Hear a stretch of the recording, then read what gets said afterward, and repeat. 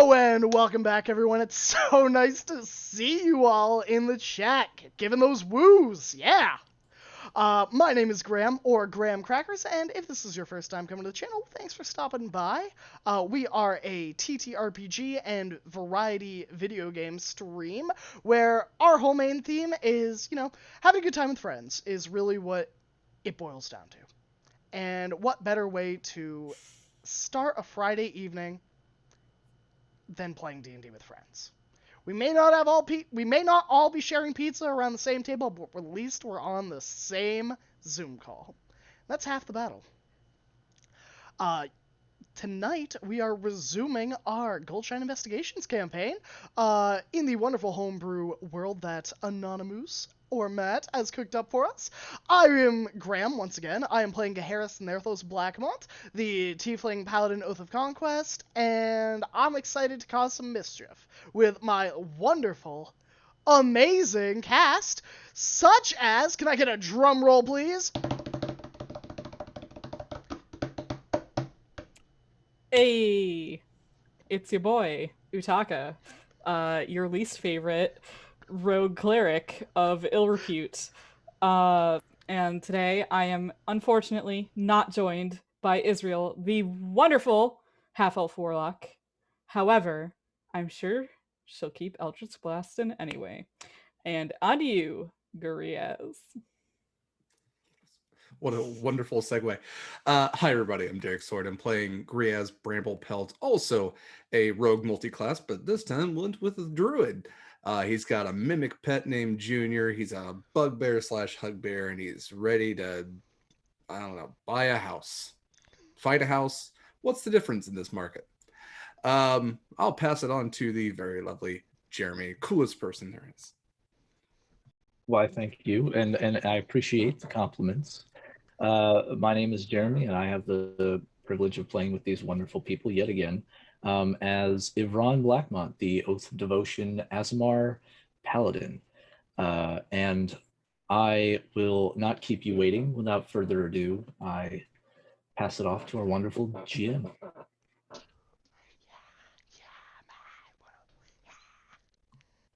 That's me. I'm Matt, your DM, and I will be playing everyone else. So, are we ready to dive back in to the Goldshine Investigations? All right. Yes. We never give you a verbal confirmation. So Let me yes. in, Matt! Let me in! Heard us, Matt. All right. So, Hi, Luca. when we last left off, the party managed to persuade the Duke of Ground turned into the very castle they once controlled, persuade them to calm the F down, as the kids say, and try to settle the situation peacefully, allowing the party to journey inside, retrieve all of the civilians trapped within before Utaka and Dr. Tails of the GSIA attempt to remove the curse placed upon them by the artist. The recently placed under arrest member of the Children of Red site, long-term member, and taking the opportunity, the party discussed a few concerns and theories they have regarding the current state of affairs on the continent, worrying that some ancient enemies of the GSIA may have been revived or otherwise placed under the control of the Children of Red site. But with no concrete evidence, the party journeys inside of the living castle and finds themselves beset by booby traps. However, they have managed to avoid the gust of wind. And as you all regain your footing, Utaka, I believe you opened the door on the top left, and Gaheris the door on the top right. The door on the bottom right is currently barricaded, and the door on the bottom left has not been opened yet. Is that correct by everyone's recollection? I don't think we saw what was behind my door. No, yeah, we haven't seen what's Right. behind the Okay. doors yet. I was just making sure that Got it, the yeah. right Yep, doors. and then we had That's what I triggered meant. like a gust of wind from my door. Yeah, because you opened yours Ivron? first. If Ron was with Israel, I don't know where Kari was planning on having them go, but she They were said gonna. keep her. Israel wanted to scout ahead, while the group checked out the rooms up here. Okay. But I will say, for the time being, Israel will follow your lead if you change your mind. So do you want to continue scouting for the time being? Yeah, that's fine. Okay. All right. In that case, Garrus, as you regain your footing, nearly being bowled over by the harsh gust of wind shooting out of the room, the door you'd opened, the uh, prince turned house does appear to be attempting to assist you by unlocking the doors that are otherwise locked. But whether this was an intentional reaction on their part, you aren't sure. As the house creaks back into place and settles, your footing stays firm, although you do kind of stumble a bit because of the kind of diagonal positioning of this hallway.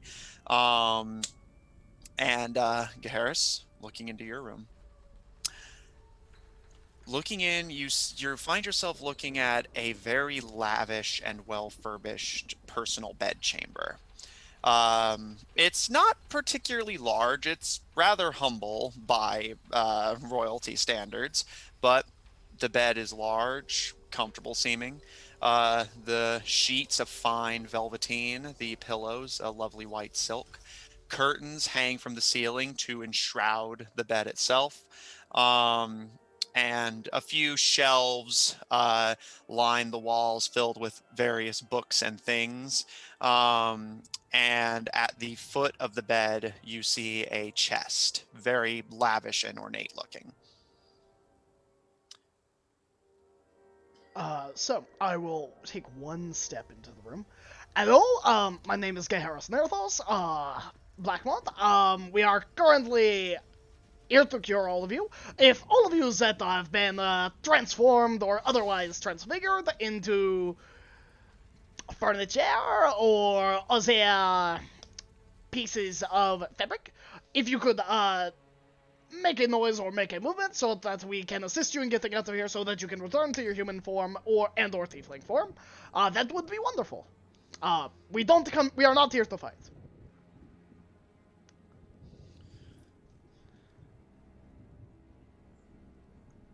There's a pause for a moment, and all of you in the hallway hear this too. Not from the room you're in, Harris, but from the room next to it that's been barricaded.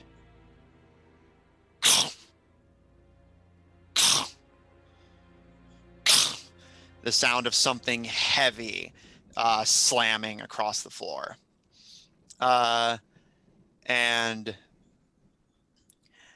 Harris, you specifically, from your position in the room, hear a voice coming from the wall to your right.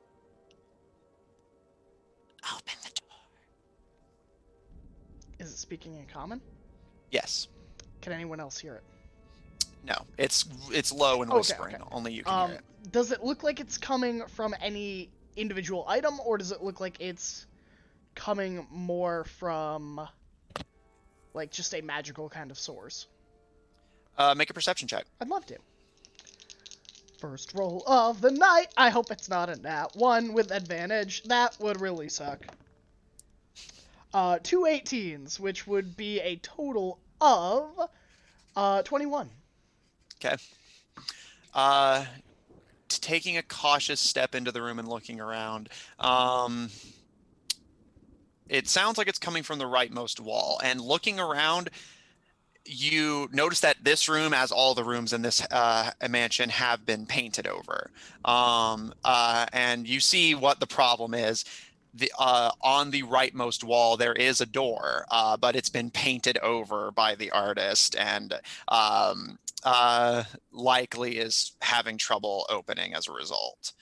Especially as you imagine, it's likely been painted on both sides. So you may need to, give it some elbow grease, but it doesn't appear to be barricaded, just like stuck by the paint. Wonderful. Utaka, Griaz, there seems to be something or someone, hears that is telling me to open this door. Do you think it is trapped, or should I just do the good old Gay Harris way and just kick open the door? I mean, most definitely it is trapped. Alternative. I have two items that I have yet to use that we could use in an alternation. I don't think that's a word. Uh, First of all, you can open the door, and I got this nifty belt, which I think if I hit it would reset any negative things that happened. I can only do that once. Alternatively, I got this hole that I can pop right on the wall, so we don't actually have to open the door. We can see what's on the other side. Think Now, that'll make a hole in the prince. I think it's kind of like an ulcer. I mean, if it is not damaging... What's an ulcer? It is mostly due to stress. It is like a really bad stomach ache with blood. Yeah, it's like your stomach acid eating away at your insides and making little holes in you. Sounds like a really fucking weird problem to have. Yeah, sometimes happens when you get old and stressed. That's very true. How old are you? Yeah, listen, you don't want to ask questions you don't know the answers to. And I don't really want to look it up right now because I don't really remember. But I think that maybe a magical wouldn't necessarily hurt the building itself, as it is probably not damaging the structure, and you can probably pull it off. Yes? Yeah, I mean... Yeah, but, okay. all right, the other thing is, if the hole opens up and there's like gas, or, I mean, like the wind that came out of here, it's still going to come out, I would assume. I mean, just So, fucking all do depends. it.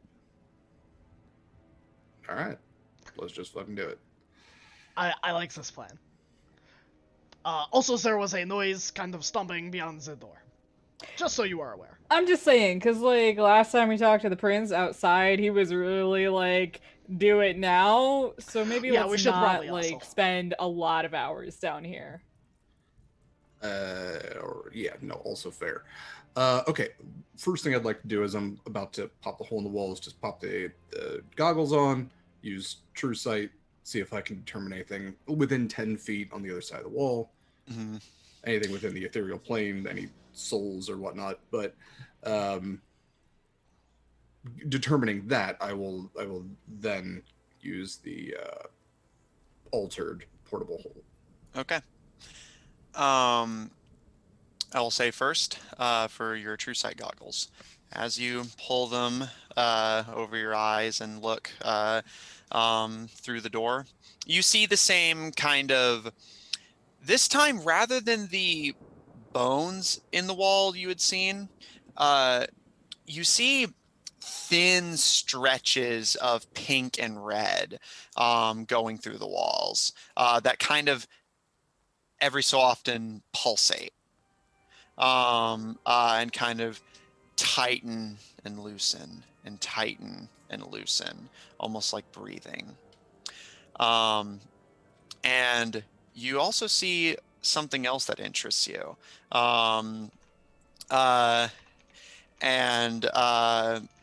You presume this is on the other side of the wall, given the distance. You actually have to look down to see it, but you see a woman. Very pale skin, but eyes that are a bright gold with flecks of red in them. Dressed in somewhat revealing clothing, a thin silken white dress, and a spiked black collar around the neck. A well-kept but seeming to have not been maintained recently set of black hair down to the shoulder blades, curtains a beautiful face. But their posture is unnaturally compressed and hunched, but they do appear to be looking at the wall where the door would be. And next to her, you see a much taller, but rather than the unnaturally compressed form, you see now a unnaturally stretched form. Another woman, also beautiful, with a small, pudgy face, but again, kind of unnaturally stretched by whatever the artist has done to them you haven't seen yet. A set of pure white hair, and gleaming red eyes. And their jaw seems kind of like, even with the kind of unnatural stretching, seems full is the best way I can describe it. Almost like they have something in their mouth that you can't see. Um, and a definitely nobility, black and red, frilly, poofy dress, covering the vast majority of their body, and a set of silken white gloves. And their white hair going down to the lower back is tied back in a ponytail that goes down to their lower back. Their expression is locked in a somewhat apprehensive look, seeming a bit more expressive than the previous people you've seen who have been locked in expressions of torment and pain. Whether that's because the artist has been removed from the castle or something else, you're not sure. But that is what you see with your true sight. And neither of them are moving. They're moving like just kind of ambiently, but not like not unnaturally so. Okay. All right. I'm gonna relay that information. So Dulay's in there. Long story short, probably don't appear as people, as we've kind of come to expect. Probably look like furniture, but just kind of be aware. One of them was right behind the door, so let's just, let's go in cautiously. I got this. Oh, Nothing, no sense Maximum of worry more today. effort. That is what you are asking for. Grab the stuff, grab the individuals, and rush back out, and rush back down. I will take out my decanter of endless water. And ready in action. Do you think that they were ghosts? No, I mean, they appeared a lot like how everybody else has kind of appeared, like even the things out in the woods. It's like a person who has been stretched to look like, or reformed to look like something else, but they still, with these things, look like a regular old person. That But is. just Can't like, you like slap it on his head so he just understands? sure can. I mean, didn't we identify the monocle I have? What monocle do you have? I'm pretty sure it's a monocle of true seeing, but I'm too scared to put it on because you all handed it to me. It was during the festival, and I'm like, I'm not gonna Seems put that like on. a personal problem. Matt smiled too unnaturally when I got that for me to ever trust it. That's right, Matt. The If gig's afoot. anything charges out of that portable hole and looks like it's going to attack them, I want to open a geyser at its face and knock it back. Okay. That is my ready action. All right. Okay. I will prepare a net, and I will slap the hole on the door. I am ready for maximum effort. I'm gonna charge in the minute that hole pops out. And I'm gonna The try net and is grapple meant whatever. for either Gaharis or Utaka. What? What have I done? All right. So as soon as Griaz puts up the hole, you're just going to charge in, Garrus? I mean, I'm just gonna try and grapple. We told them we were coming to like get them out. Mm-hmm. That's what I called out, and then they said open the door. So I'm under the assumption they are going to let me pick them up and get them out of here. I'm also wearing plate armor and have a shield, so I think I'll be marginally okay. I said All right. marginally. Yeah. All right. Griaz, you unfurl your cartoonish little void hole and plop it against the door. And the moment you do, the other side is revealed. Through the hole, you can all see a identical bedroom to the one you're currently in, although the paint job is different. And looking down, Griaz, to where you had seen the compressed-looking woman, you see, and Gaharis and Utaka, this is what you guys see immediately on the other side of the door, but you have to kind of look down. a small porcelain doll with curly, blonde, Goldilocks style hair, a frilly, beautiful white hat, and a poofy, cute white dress. The porcelain is cracked in a few places, but otherwise the doll seems intact. Their hands are crossed over their waist, although they do appear to stand and look up at all of you. The eyes are blue, but that kind of soulless, unexpressive eyes of a doll. And next to the doll, you see a massive, hulking wardrobe. Um, uh, One of those like big, thick ones. That kind of jostles slightly as the hole opens, although the doll sits there perfectly still and content. And the doll looks up at you, Gaharis, and Griaz, are you still looking through True Sight? No, I think he wanted to see what the room actually looked like since he already got the gist of it. Okay. The doll looks up at you, Gaharis, and presumably, assuming you are the one that they had spoken to, speaks, although this time it is in primordial. There is a slight pause, so Taka, you understand what they're saying. Do you have the master's permission to be here? Utaka, what did Zarya say? I'll kind of just like hold my hand up with the decanter pointed at them in my other hand. I mean, he let us in the door. That's why we're down here, to get you out. They kind of tilt their head to the side and kind of slowly step towards the portable hole and place a porcelain gloved hand against the wall. And again, in primordial, looking up at the walls and just, is that true, Master? And as they continue to converse in primordial, all of you feel the house compress inwards. And Gaharis, Griaz, and Utaka, all of you, and Ivron, you and Israel can actually feel this going down the stairs too, almost like the air gets pulled from your lungs as the house compresses before expanding back out calmly. And again, you have to kind of take in deep breaths. And the porcelain doll gives a slow nod and returns their arms to their politely crossed state, and looks up at you again, Gaharis. But after a moment, their porcelain eyes dart to you, Taka. And again, completely expressionless, although you estimate that's more the doll's doing than they as a person. And I presume you will be to the dungeons after this? What are we gonna find down there?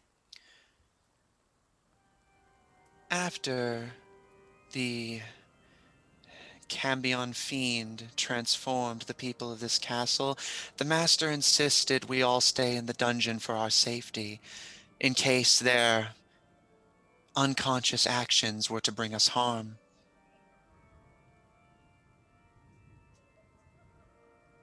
But, and she looks to the wardrobe and back to the three of you. And again, this is all in primordial. We refused, insisting to stay as close to the master's heart as we could. Okay. I'm gonna turn and tell them. Yeah, she says there's more of them, like down that way, and I don't know, something poetry, I don't know. But I guess we can take her out. I think we're gonna have to like knock the door down because that wardrobe is not gonna fit in that hole. I mean, we could tilt it. You can see the wardrobe kind of shift, kind of aggravated looking, and mutter to themselves in primordial. And you see the doll kind of put a hand to their mouth, seeming like they're trying to avoid giggling at the wardrobe's expense. Would it be possible to tilt the wardrobe, get it through the hole, and then straighten? it back up. If you were to put it completely sideways Yeah. and then like one person on one side, one person on the other, and pull it through, then yes, you could. Yeah, I mean, I'm pretty tough. Okay. Grizz, do you want to Yeah, sure, help me do it get the it hard through? way. Yeah, no, I can get the top end. You get the back. And then maybe Israel will want to come back and bring the doll up? I'll haul her down to... Do you guys need to like breathe air? I'm gonna just ask her that. Not in our current state, no. Alright, I'm gonna get you out of here then. I'm gonna just like go over and like pick her up if she'll let me and drop her in my bag of holding. And that's how we forgot one NPC! Yeah, do not forget you have that in there. 17 sessions later, every time we put our hand like, in that "Oh, bag of holding, you get crap!" stabbed. You're like, ah! Write a note on your hand, Utaka.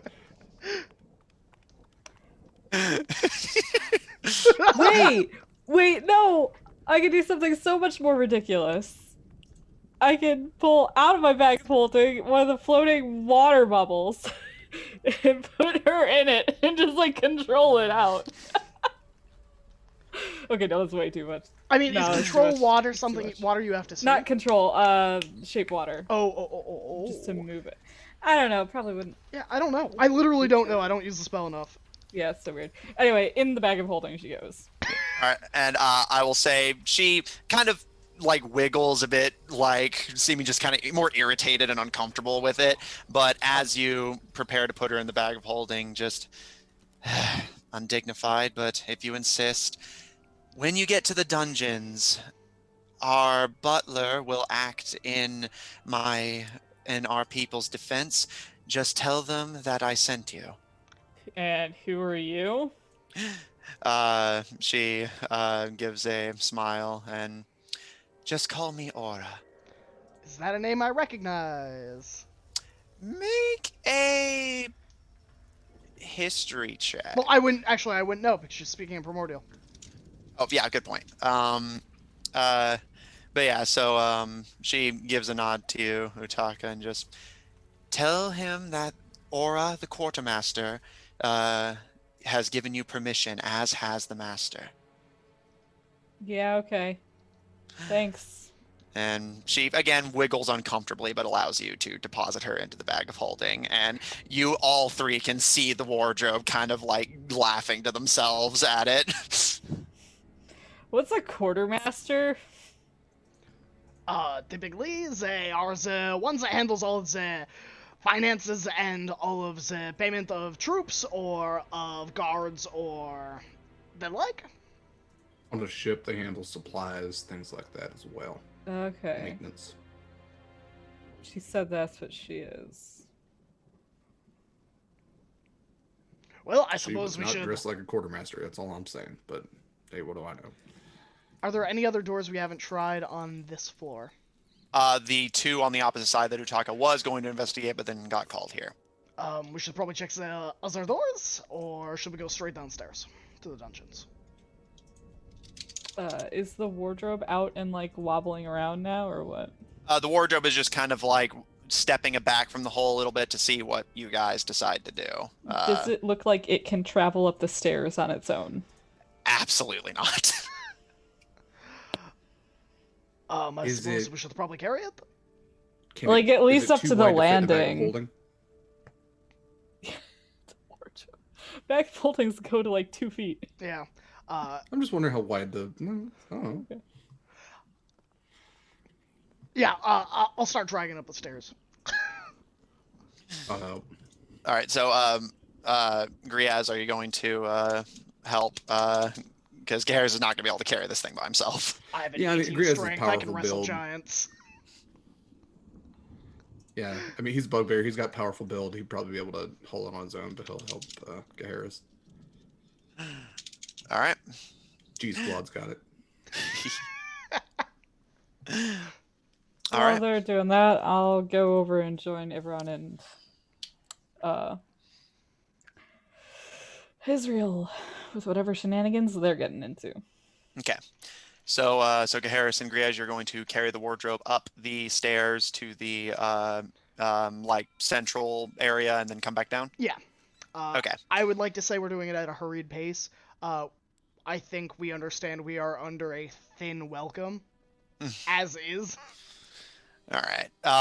And I'll say, Utaka, as you leave, the two of you start hoisting, and the wardrobe doesn't fight you on it, and you can see it's making an effort to keep itself from like the drawers falling out and the things falling open, which is nice to have a piece of furniture that's actually helping you like lift it more conveniently. But while you two don't speak Primordial, you can tell it's like griping and complaining the entire time in Primordial, seeming rather unhappy that it has to be carried in such an undignified manner. That being said, Utaka, you proceed to head down the stairs. Ivron and Israel a bit ahead. Ivron, the stairs go down to a short stone landing before almost like kind of straightening out, and then an additional set of stairs that starts to wind. This appears to be the only way. You don't see any immediate passages any other way. Do you want to continue down the spiral staircase? Yes. Okay.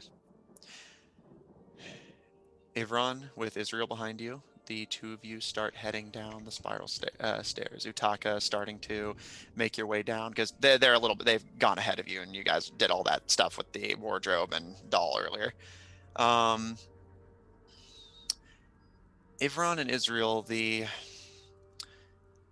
going down the spiral stairs, you're not sure if it's like illusion or something else, but it gives you the sensation like you're traveling for such a long time.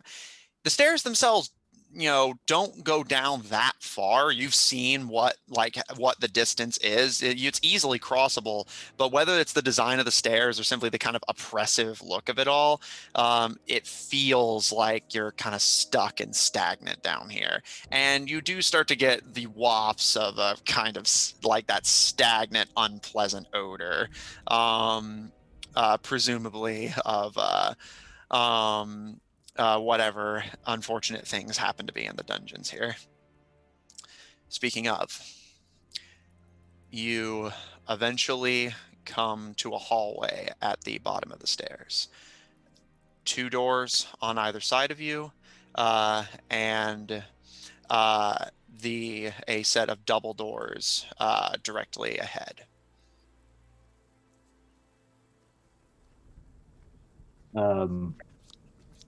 I mean, if Ron would discuss this with Israel, but seeing as how they're not here, I think he'll just go up to one of the doors and try to listen in. Okay. Maybe knock gently. Make a perception check. And are you going to try this with each of the doors or just Yeah, we'll say he tries it with each of the doors. All right. I'll go ahead and roll with advantage. I'll say Israel's helping you.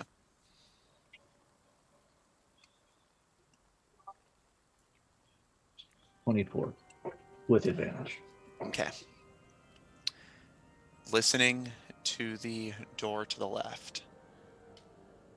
It's silent, but you notice the smell is strongest from this door. It's overpowering and disgusting. And I'll say, looking at your feet, you actually see several roaches darting out, darting out from the kitchen. The door to your right is silent for the moment. You hear nothing. And from the set of double doors, you hear a few voices muttering to themselves in a language that you don't understand. But whatever they're saying, it's repetitive and constant, seeming the same set of sounds over and over again, like someone muttering madly to themselves. Does Israel understand it? Yeah, and Israel does speak Primordial, so they would. But I'll say, as you're pausing to listen, and Utak, I'm assuming you're maintaining the same kind of quick pace that Garrus and Griaz are, since you understand that your welcome here may be on a bit of a thin fuse. Yeah, and I would have gotten to the bottom there before the boys. They're kept in a Yeah, no, yeah, furniture. of course, yeah, just so Utaka, you rejoin them. As you see everyone in Israel listening at the set of double doors. And yeah, you see like a few roaches darting around the floor. Although a few of them, you notice, pause and look up at you, and their antennae kind of. I'll kind of like lean down and give them a hand. About 4 or 5 roaches start scuttling up your arm. Yup. This is fine. You see Israel kind of glance back at you before closing their eyes and listening, and they kind of look to you, Taka, and gesture for you to approach the door. And are you hearing this? Yeah.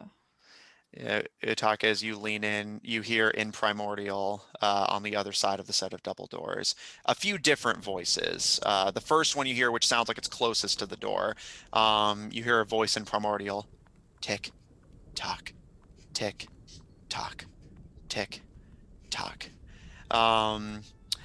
You hear another voice sounding a little more distant, also in Primordial: burn, burn, burn.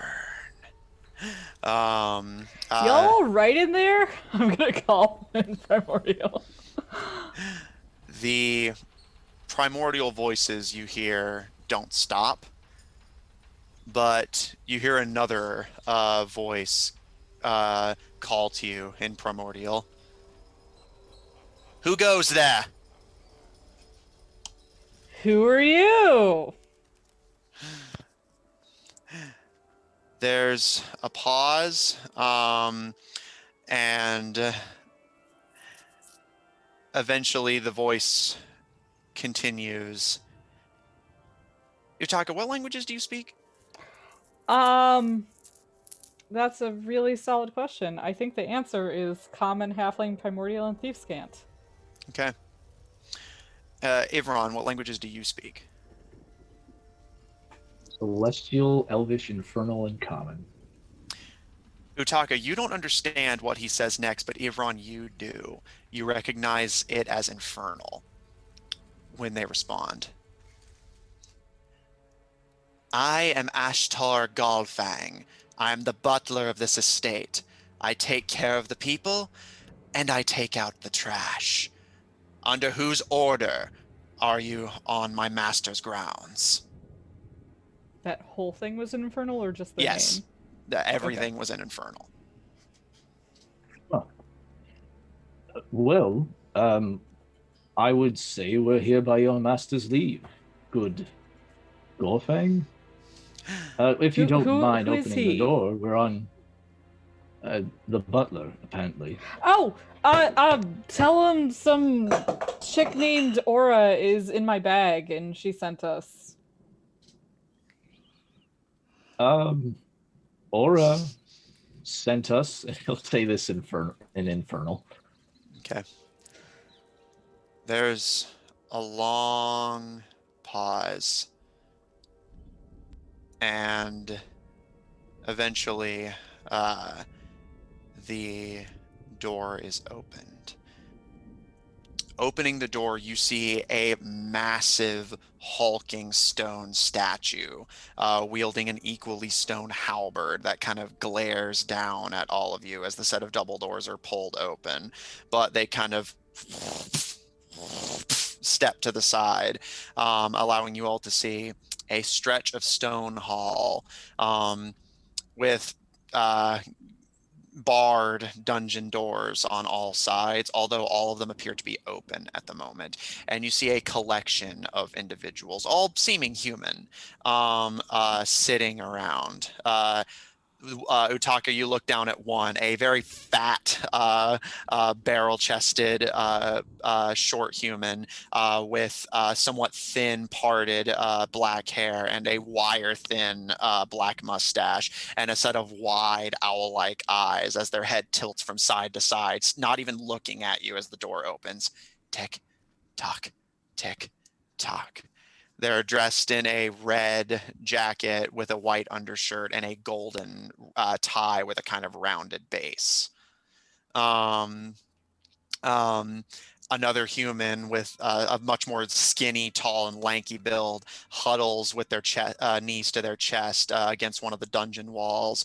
Their hair is this bright, glowing red and reddish yellow, and their eyes this kind of golden color. And as they steeple their fingers, they just mutter to themselves again in primordial, burn, burn. Various people all muttering repetitive phrases to themselves in primordial. And all the way across the hallway, you see a massive statue, also made of stone, like the massive soldier next to the door, that takes the form of a psychopomp, a reaper, wielding a massive metallic scythe. Its body entirely stone, but the scythe unmistakably metal, as it watches as the doors open for all of you. I would like to cast Detect Magic. Utaka, you cast Detect Magic, and immediately you actually have to shut your eyes and kind of like almost instinctively clamp a hand over your ears as you get that piercing, staticky whine of a lot of Children of Red Sight magic. Got it. What's going on with the people that look like people and yet they're still acting like items? They also emanate Children of Red Sight magic, but that's all you can immediately identify.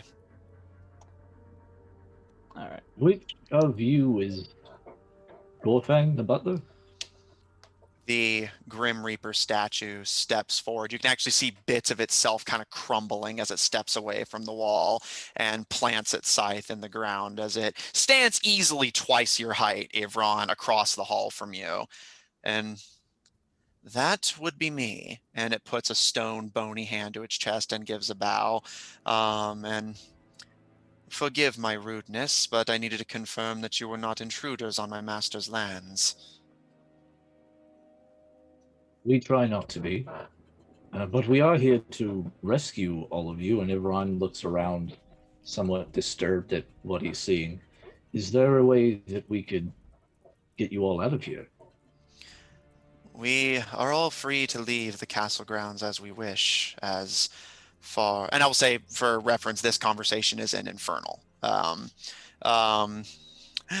We are all free to leave the castle grounds at our leisure, although the master insisted we stay in the dungeons for our safety, as it is one of the few parts of the castle that they have no influence over. Hey, Harris! They're like talking in some language that I don't understand, but I think everyone's talking to him. Yeah, I'll say Geharis and Griaz by this point have gotten the wardrobe up to the entrance hall and are, again, since you said you wanted to maintain a hurried pace, heading back down. As the two of you enter, you take in the sights. And I will say, Geharis, you do see the Grim Reaper statue kind of like tilt its head a bit curiously at you as you come into view, but other than that, not paying you any specific attention.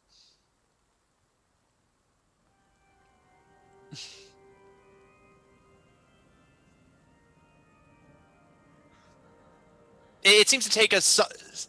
Like, it takes something of an interest in you specifically before moving on. It doesn't seem hostile, more just like, before continuing to look at the rest of you.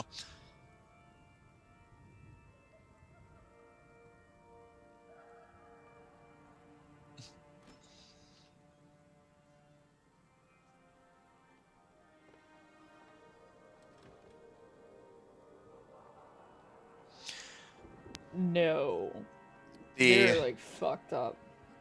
The statue speaks in Infernal, which means you can understand it as well, Harris, as it gives a small bow of the head.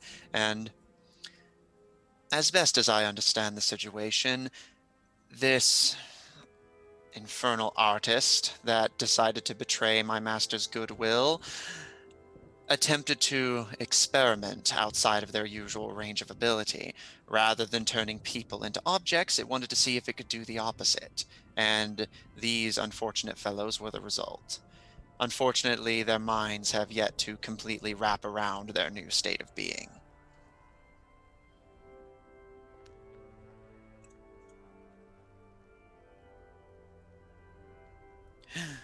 Uh, Indeed, she was a guest of the household, and betrayed our hospitality. I do hope that the ruckus the master made earlier was you dealing with her.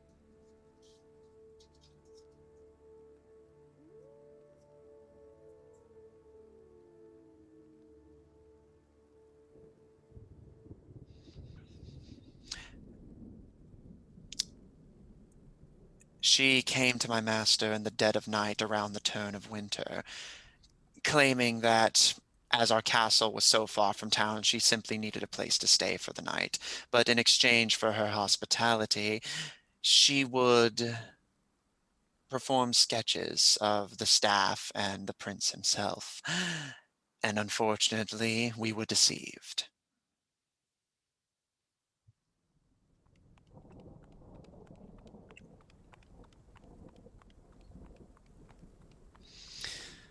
As I understand it, it was gradual, but unfortunately, we did not realize what was happening until it was too late to protect our master, and for that we are all deeply ashamed. Well, we are looking to rectify that. The artist has been apprehended, and as we speak, your masters sent us here to get you out so we can rectify this matter. I see. Well then, let us not waste any time. So what are we gonna do about them?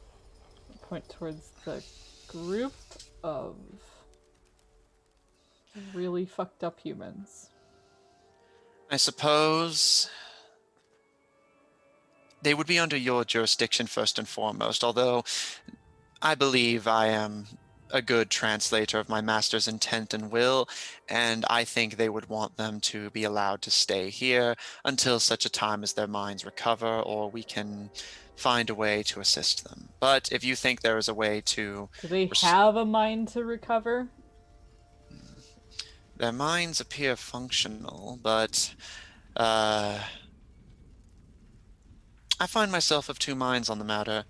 Perhaps it would be a greater cruelty to force them to stay in this new form, but perhaps it would be a cruelty to deny them that when they are so close to it. If if Ron wants to go and try talking with one, we'll just sit down and I don't know the clock. And This one's saying like a TikTok type thing.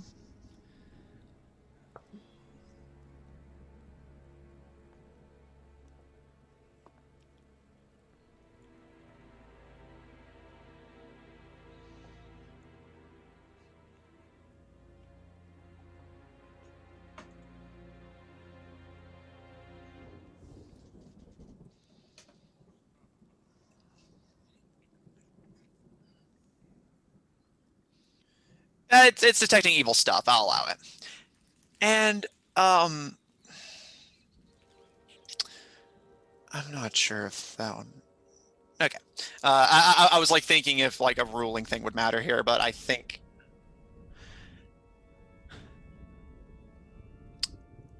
from the statue you do detect a fiend.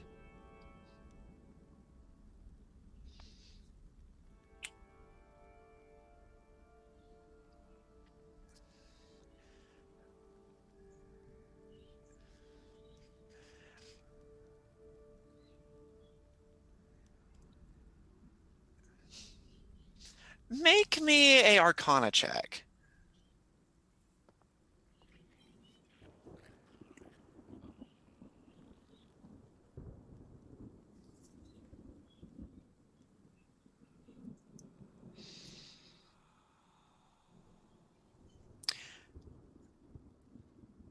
This is not a Cambion. This is a devil. A proper devil. Out of curiosity, Griaz is going to pop on his goggles, take a look at the objects that have become people, and kind of see if they still appear as objects. And then he might whip around at the Grim Reaper and just, yeah, I'll let you take it from there, Matt. Okay. At the objects, there's quite a few people in this room, which you assume each of them are an object, and you would be right. Looking at the person that Utaka has explained as saying tick-tock, you do indeed see that they are a compressed and almost crushed into this human form grandfather clock. The colors match their clothing, and the clock face appears to have been warped into the humanoid face you're seeing. The tall, lanky person in yellow with bright red hair, hugging their knees to their chest and whispering in primordial, looking at them, appears to be a candelabra. And you see a somewhat round woman in white with a small purple nightcap, hissing something in primordial, and looking at them, they appear to be a teapot. Tale as old as time. And finally looking at the Grim Reaper statue. Oh, I will say, if you want to look at the stone statue next to the door that had let you in. Yeah. I think he's going to do a general survey of the room, but yeah. Okay.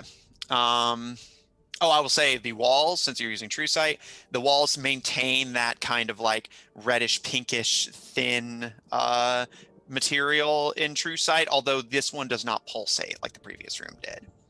Was the previous one pulsating like breathing, or was it more like a heartbeat? Because the like breathing. Does, okay, did say close to the heart. That's okay, cool. And looking at the statue that had let you in, you see that its form in True Sight is that of a giant humanoid insect, specifically an ant. It's massive, almost centaur-like form, compressed into this bipedal statue. And you imagine, assuming the strength is proportional, this thing is probably pretty strong. You've never, unless you want to make a history or a nature check, you don't immediately recall ever seeing a being like this. I don't mind doing one. I'm gonna me as a player, I'm gonna guess Ankeg, but I am going to I'll do a roll to kind of it's a 14 plus 4. It's an 18 for nature. I will say you haven't seen one before, but you have heard stories, typically from smugglers coming in from overseas. This is what's called a myrmidon, a ant-man. Supposedly, they are native to a island far, far from here, off of the coast of the continent of Perugia. In D&D terms, it would be roughly equivalent to the Thrikreen. You see two legs being used to support its form, kind of crushed together to act as two, and a set of arms under a massive ant-like head that just kind of watches you all expressionlessly and impassionately. So would I know like humanoid sentience, or is this more? They are sentient, but kind of isolated. You know that I'll say, yeah, you rolled pretty good. The Myrmidons, from the stories you've heard, you never met one, but from the stories you've heard, they are a race of warriors. They pride themselves on their combat, and they generally are considered relatively good enough people, but have a taste for blood and violence. Supposedly, as the story goes, they were created by the gods to act as a perfect race of warriors for a mighty king that has since fallen, and the Myrmidons, without their ruler, started acting on their own, but still maintain their heritage of war and violence. They are not beyond reason and trust, but you know that they, from the stories you've heard, they love nothing more than a good fight. And finally, you turn your attention to Ashtar Galfang, the Grim Reaper statue that Gaheris got the vibes from. you see a tall, easily matching the heft of the statue. Almost looking like Gaheris, the horns, and its skin is red rather than blue. But it does not have Gaheris's bright, charismatic face, the bits of facial hair and friendly appearance. You see a set of almost diamond-like round lenses over a set of pale, milky eyes. A smile that seems deeply insincere and untrustworthy splattered across their face. Rather than Gaheris's armor, it is wearing a fine salmon-colored suit, pinstriped, if you're curious. And at the end of the sleeves is a set of long, black-clawed hands, and a forked tail is wrapped around their legs, presumably forced into that position by the form they're currently forced to take. Their hair is a dark, almost black red, and parted thinly and neatly over their head. Looking at them, you almost think this is exactly what you would picture when you thought butler if it was also a demon, but something about them deeply and sincerely unsettles you. All right. If he's close to the Grim Reaper statue at all, he's going to take a step back, but he is going to at least move towards Utaka and kind of hush tones. Hey, just in case you were curious, that statue by the door is insect person. I don't know if you have What? like. Yeah, I mean, don't look. Come on. Yeah. Oh, they're called myrmidons. So I don't know if you got a thing for bugs and whatnot. I don't know Have if that's I like ever in your. heard of this? Utaka, you are actually closer to their homeland, so make me a history or nature check, your choice. Just tell me what you're rolling so that I know the context of the information. Doesn't matter. I rolled a 1. You have no idea. Yeah, okay, sure. Ant people? Like, Yeah. like Yeah, something like that. berry? But like berry plus person.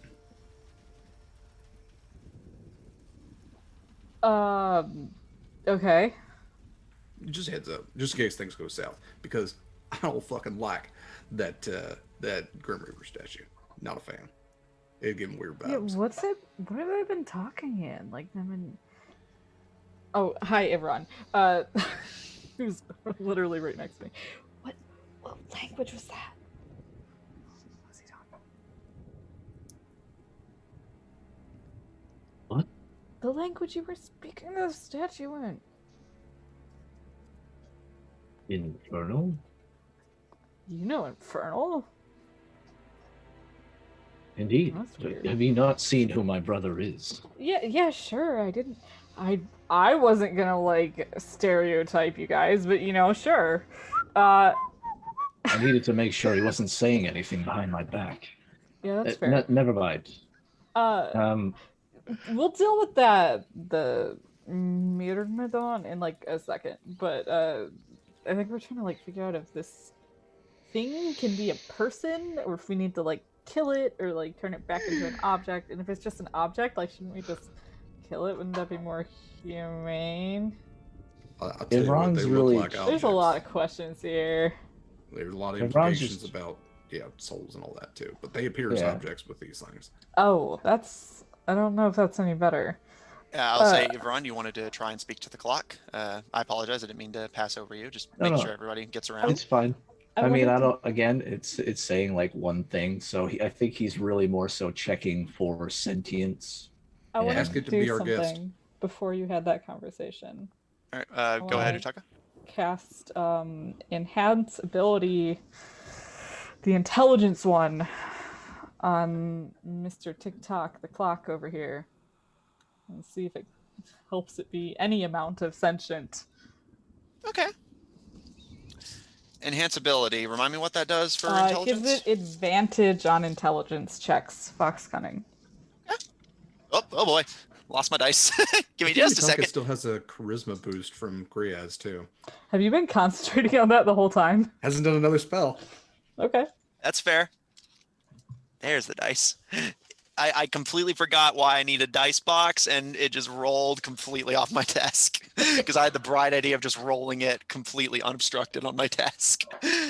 Rookie mistake. Rookie mistake. Yeah, rookie So- mistake. I've only been doing this for like 4 years now. All right.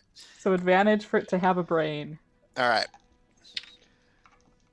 Okay. Utaka, you cast Fox's Cunning on this living clock. Real quick, before everyone has their conversation with it or attempts to, Gaharis, is there anything you'd like to do while everyone's doing that? Yeah, I would love to talk to wonderful. Definitely not a tiefling. But I think I would like them to have their conversation first, and I think Okay. my conversation would just be happening at the same time. Okay, noted. All right, in that case, Ivron, you see Utaka cast a spell to enhance the intelligence, and to their credit, the mumbling starts to pause, and the eyes kind of focus slightly. It still doesn't appear like it's all there, but it does appear like it's at least able to take in its surroundings. And it looks up to you as you approach it, Ivron, and its eyes still kind of flick side to side occasionally, but it does seem to be attempting to maintain focus on you. Hello. Hello there. Hello there. Oh, you. Well, is it in speaking in common? Yes. Oh, okay. My name is Ivran. Do you have a name? No. Do you But want to you know have a what I name? mean.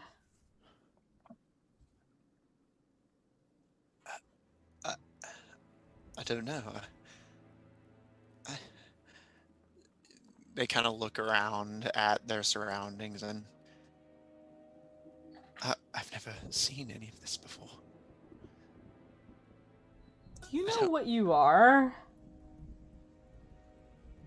I am the grandfather clock of the castle. I've been passed down through the generations, a family heirloom. I keep the time, and twice a day, I ring the bell. It's self-aware. Yes. Yes, it is. And I don't think that we can leave it here. Yeah, I guess not. You Well, have done shit. so well in keeping the time for this family Thank you. and this castle. Thank I you. think that you've been rewarded for your service. Perhaps I have. Would you like to come with us?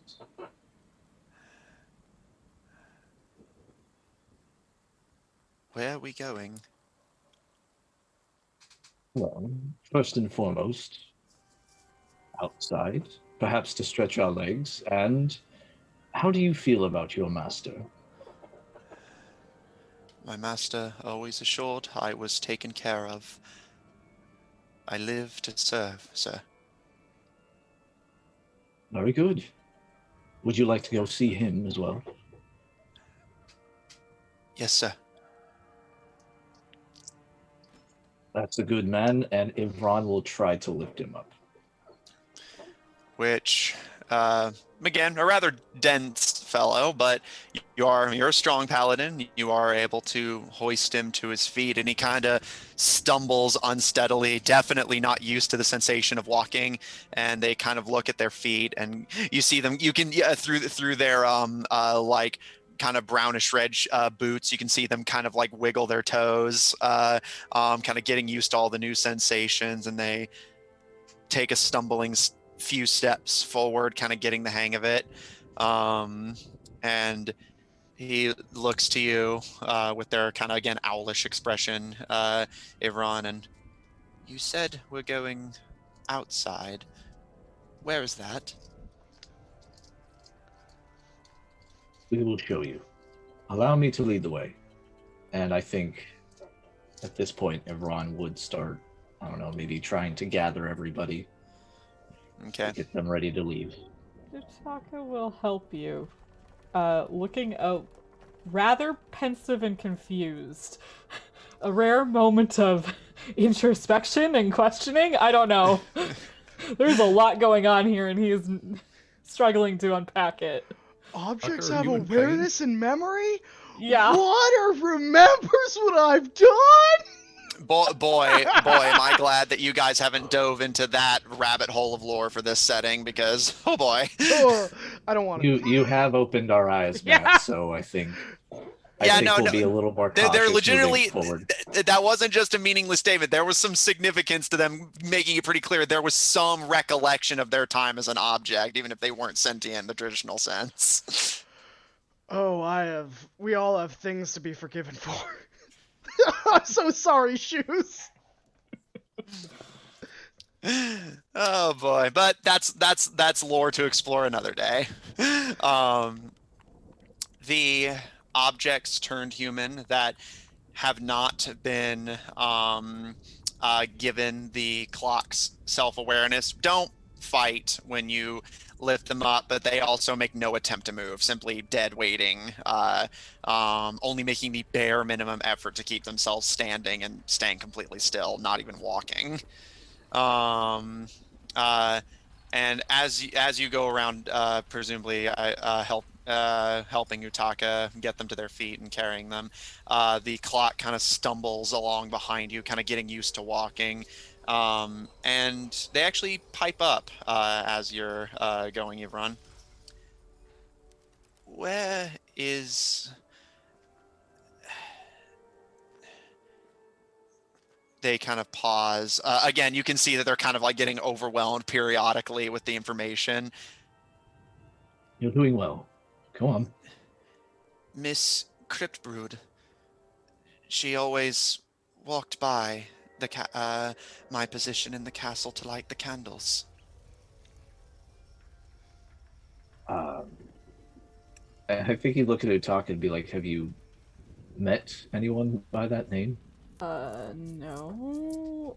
But I will give a weird look over in Guriaz's direction. 1 second. I'm gonna go over to him and kind of like mutter, were any of those, like, wax statues we killed a person that looked like that? Like a woman? I don't remember checking. I don't think I looked at them. Okay. Yeah. Yeah, maybe we'll find her later. We're, like, trying to get everyone outside. Okay. Is she important at all?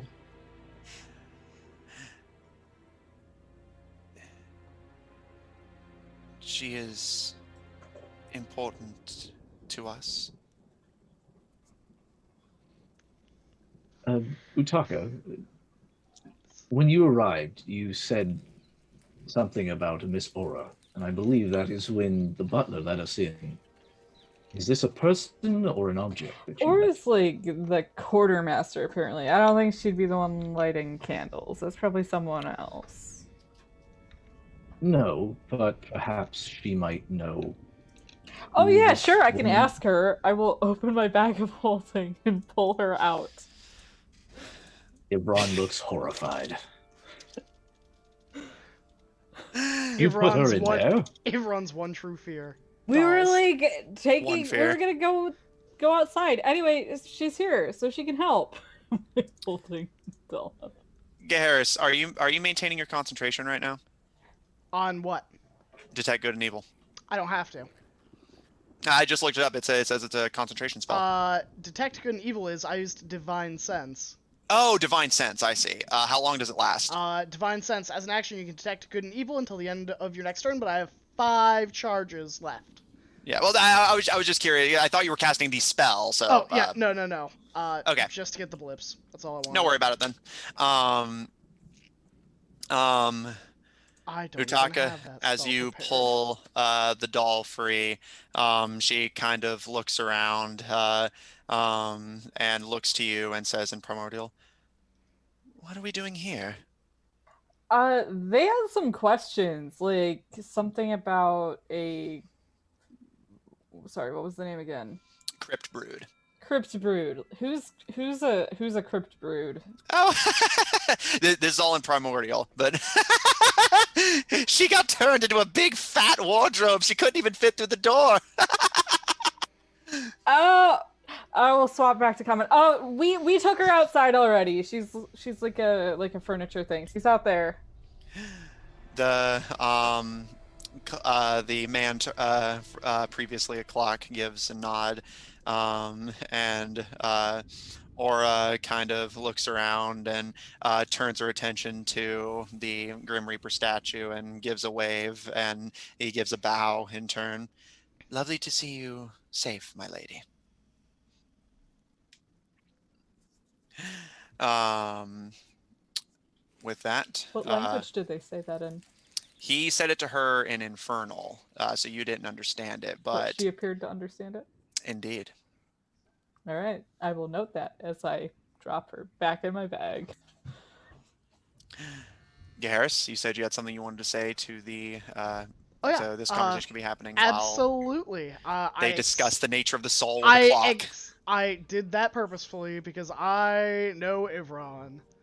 So I lower my voice with the purpose that Ivron cannot hear.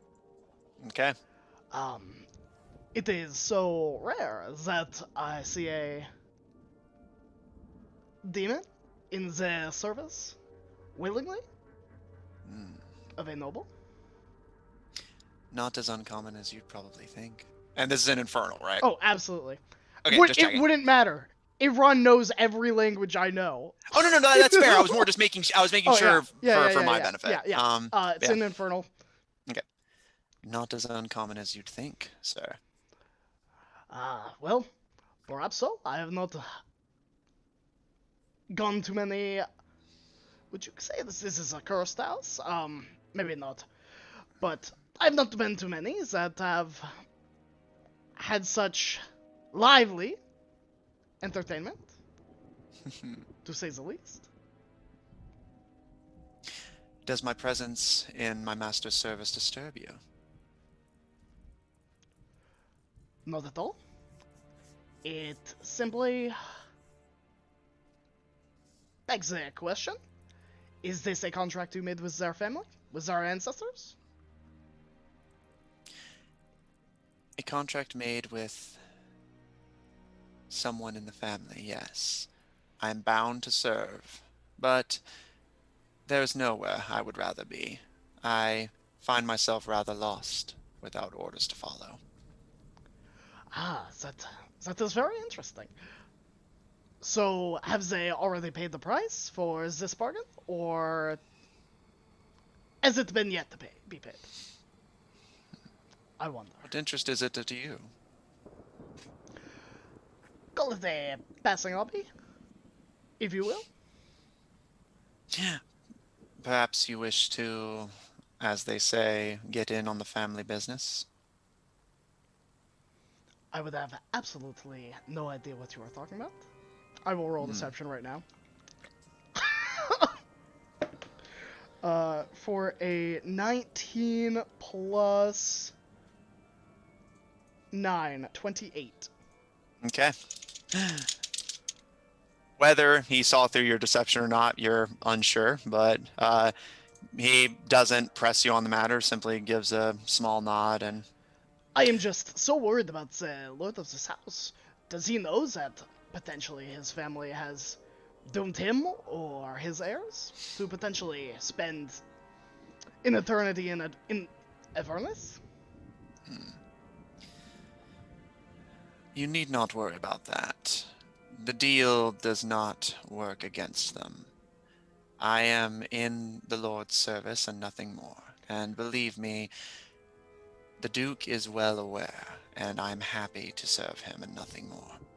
I see. Does that loyalty, if, for instance, the Bluefield Alliance or any of their foreign invaders conquered these lands, would you still be loyal to a deposed lord, or would you be bound by contract by a new lord?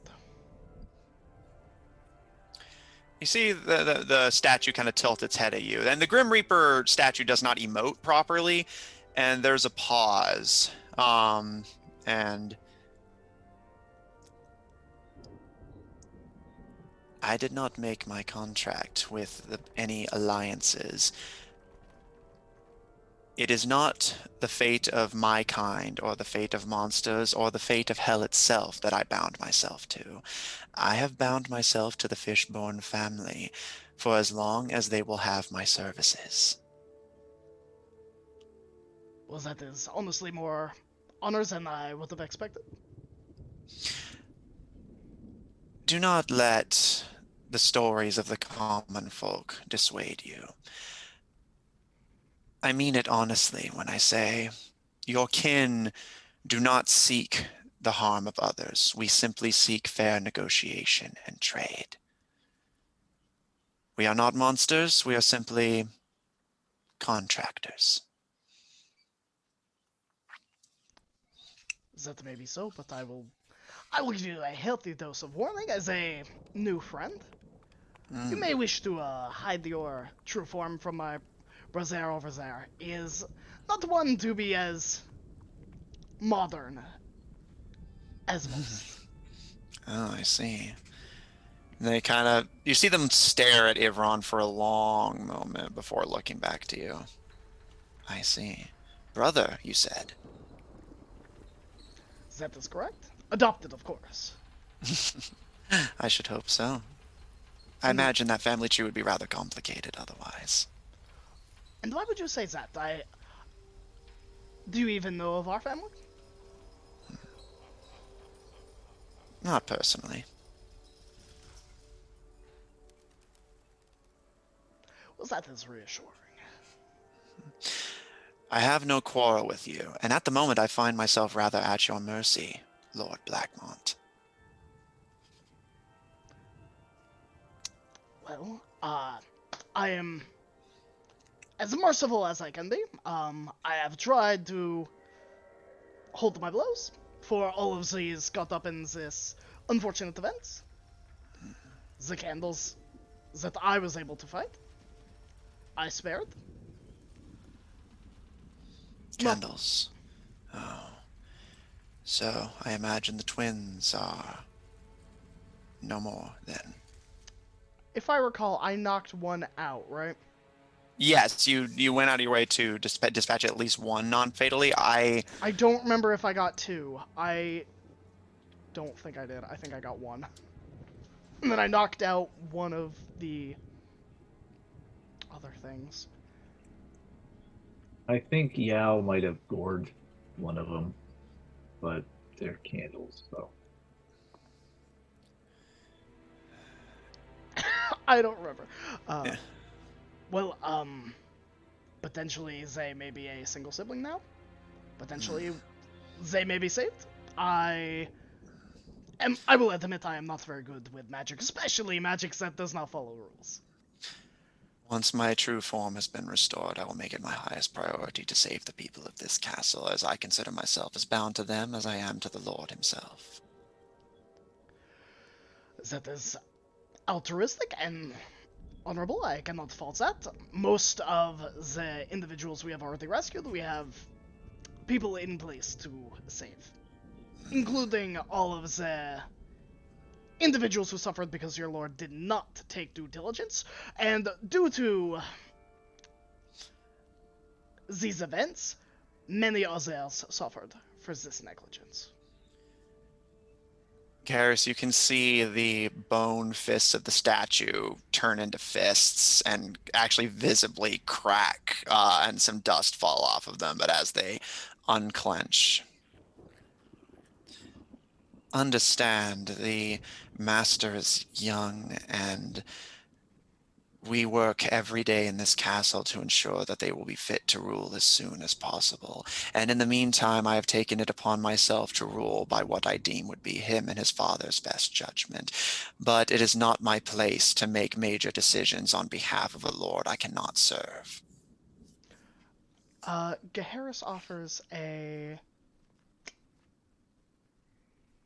kind of a roll of his shoulders, like a placating, like, I did not mean anything by it, but it is very quickly being a bit condescending.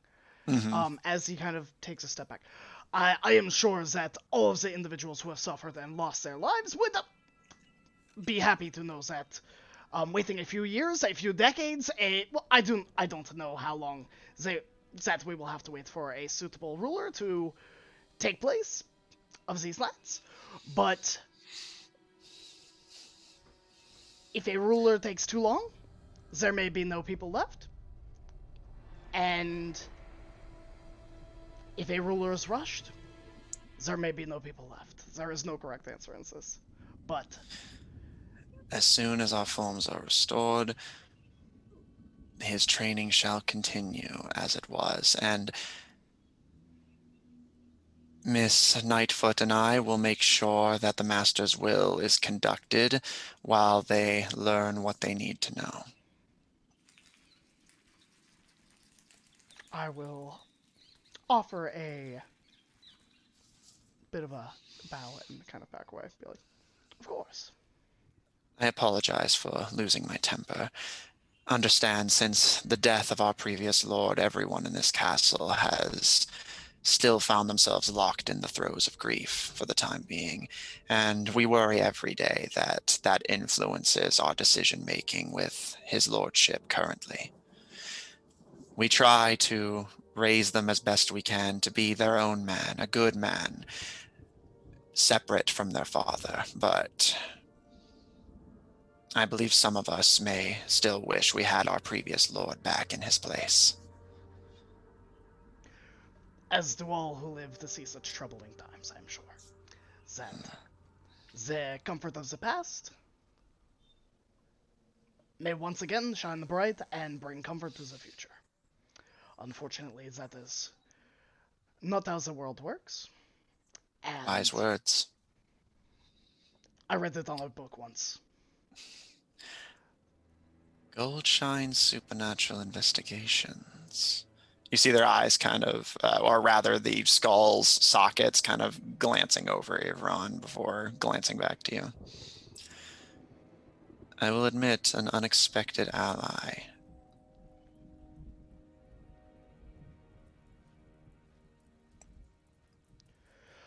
Well, we live to serve and succeed where most fail.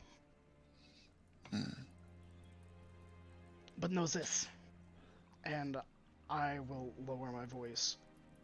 If they are not ready in a year's time, there are things that are brewing, and there are foes who are rising that there will not be enough graves for all the dead. There will not be enough tears to be shed. There will be not enough swords to arm every man, woman, construct against the foes we face.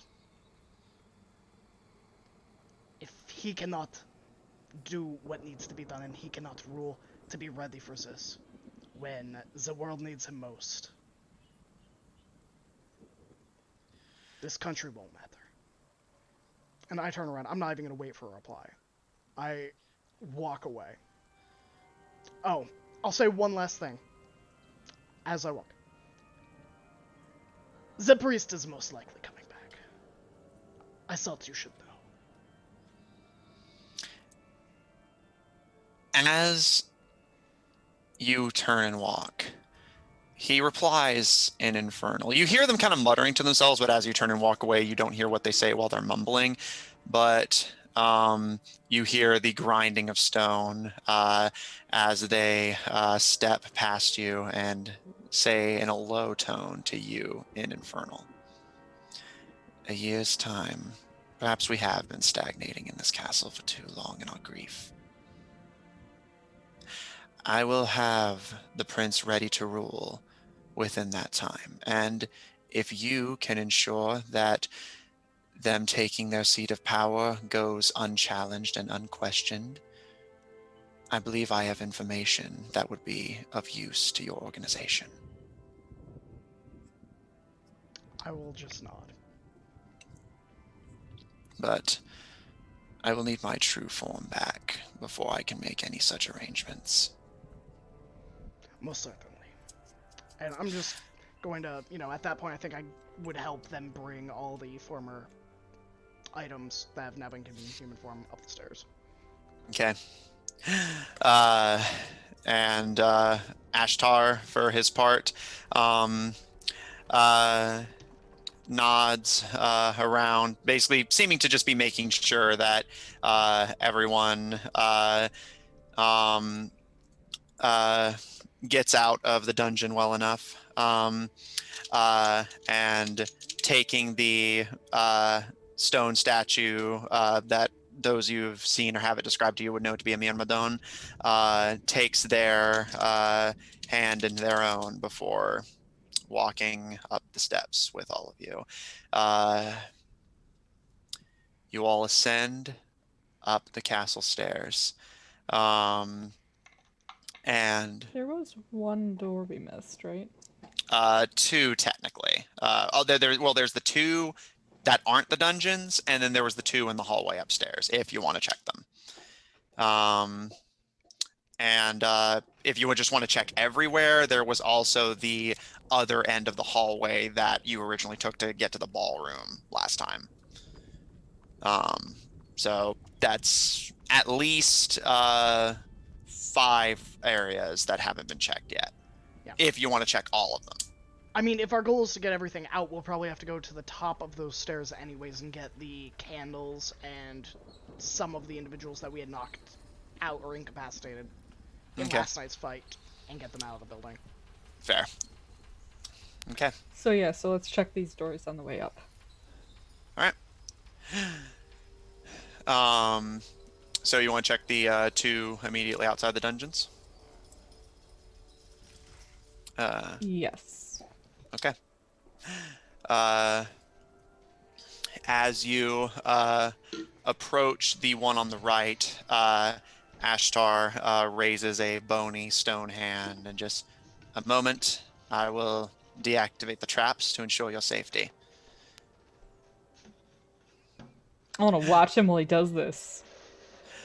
Avron and Gaharis appears to be away at the moment, but Avron and Gaharis, you can see, I mean, you all can see it, but just because you two will have more context, you watch as they approach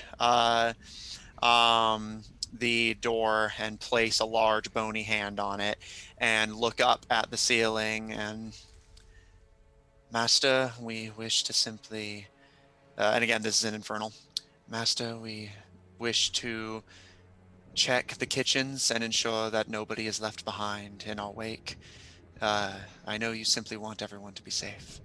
And they close the eye sockets, kind of darken, and they say in a new tongue, Gaharis, what languages do you speak? Common, Elvish, and Infernal. Okay.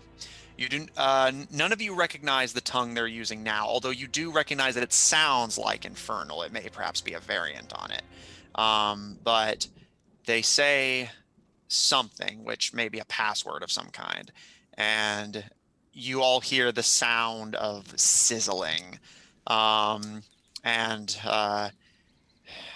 Ashtar gives a shake of the head and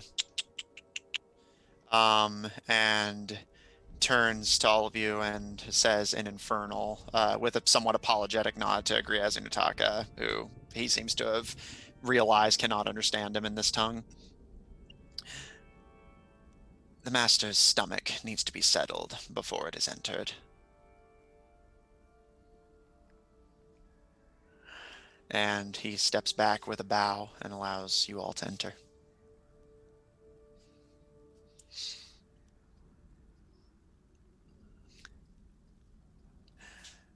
Gaharis, Utaka, Ivran, and Griaz, with Israel hanging towards the back, watching somewhat suspiciously.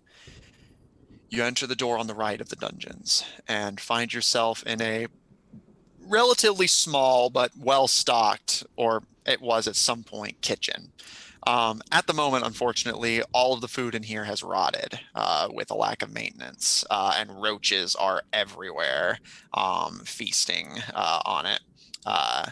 Um, and as the food rots and stagnates in this kitchen, you can see, again, it looks like it was very well stocked, just them not being able to maintain it for potentially months has taken its toll. And you also notice that there's a slight burn on everything, almost like parts of the countertops and furniture and silverware have been eaten and eroded away.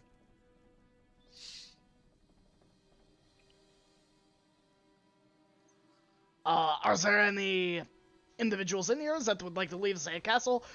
We've been given permission. Move or respond. Otherwise, you are. Well, I cannot guarantee your safety when we cure your master. There's a pause, but you do hear a shift at the back of the kitchen. You see a small human figure flop to the side. You initially think they might be dead, but you do see them breathing somewhat raggedly and with some difficulty. At a glance, they appear to be a young human boy with a bowl cut set of blonde hair, and a small piercing in the nose of gold. Um, and Harris, do you approach?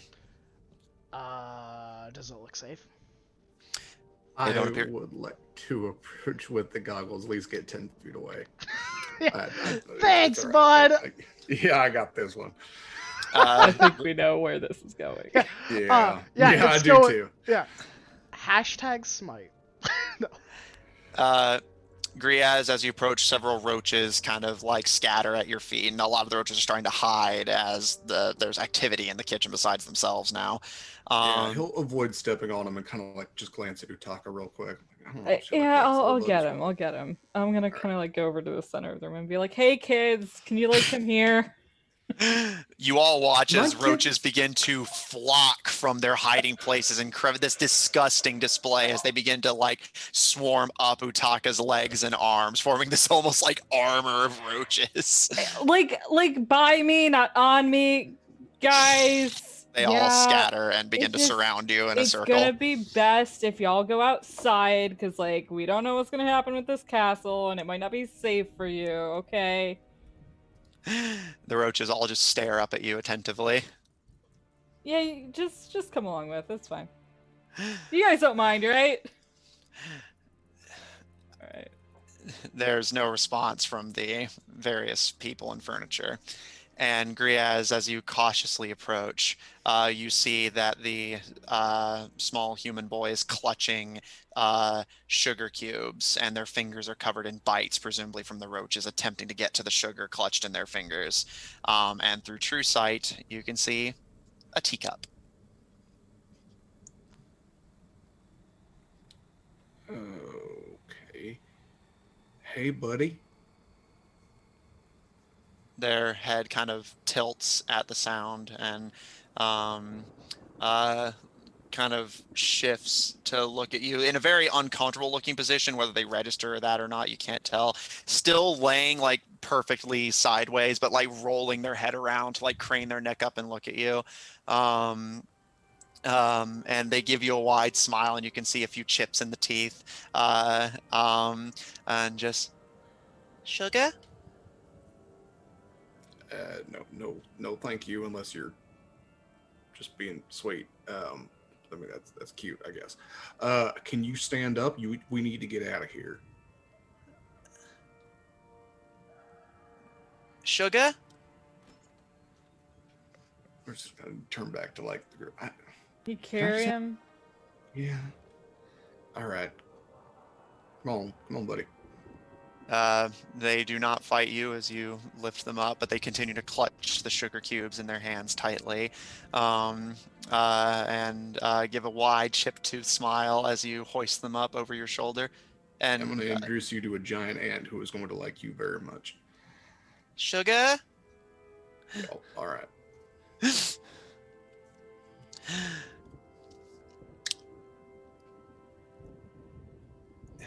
Checking the leftmost door, as there appears to be nothing else in the kitchen. The left area, Ashtar does not seem concerned about traps. Opening it, it appears to be the dining room. Again, humble and small. This appears to be where the servants would dine, as opposed to the nobility and guests. There's no food having been served, thankfully, so there is a lot less rot here. Although you do see that the roaches have kind of turned this into a home away from home, a little vista, as it were.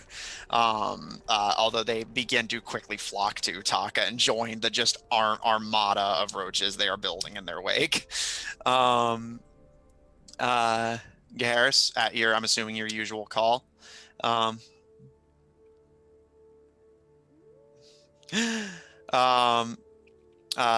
Nothing moves or responds this time. Yeah,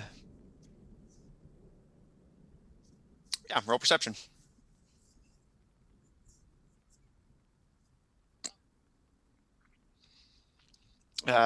There is nothing in this room. A lot of the silverware appears to be in the kitchen, as are the plates.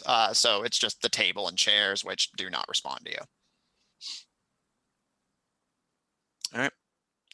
All right. And again, I'm assuming this process is going to continue for the bulk of the rooms going back upstairs.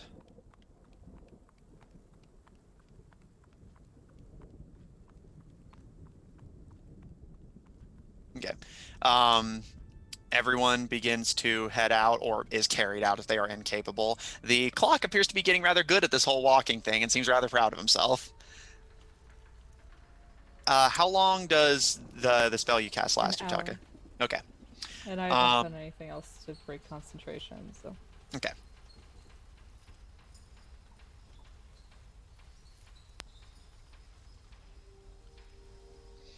It doesn't know that. I would argue some people have that experience, unfortunately.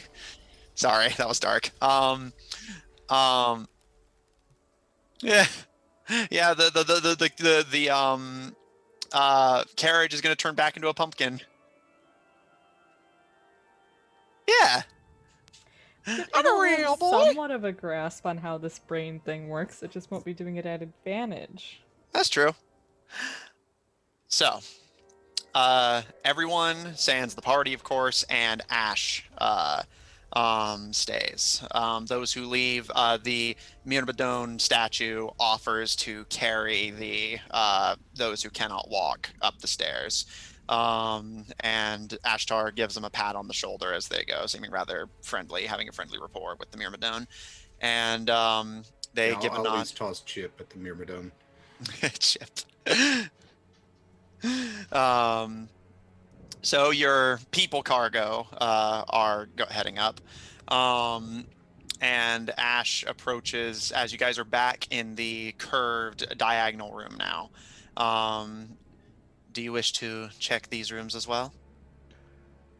I suppose. How many household members do we have left uncounted?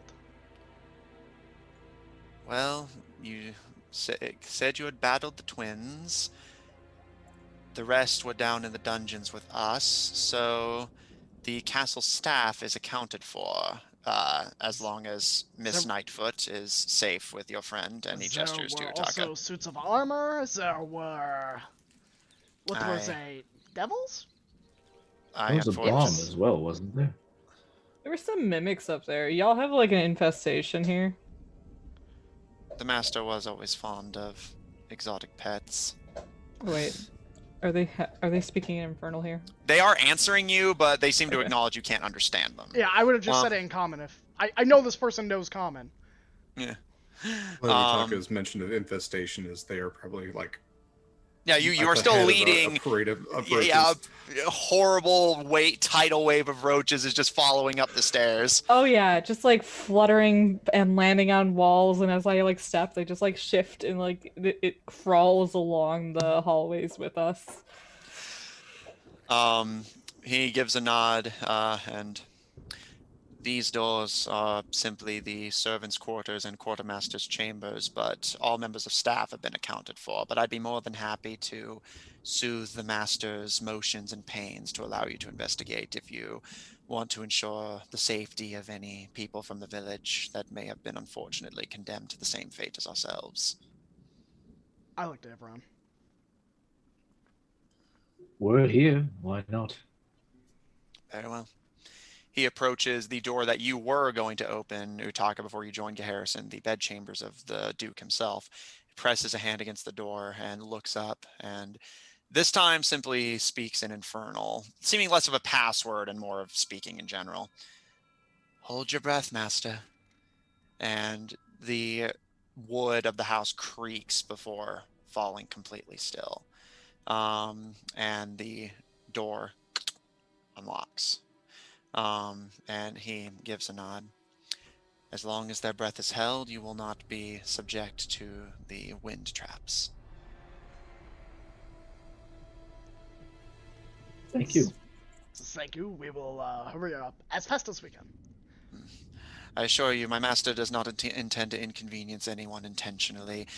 Their mere unconscious bodily functions affect the very wood and splinters of this castle.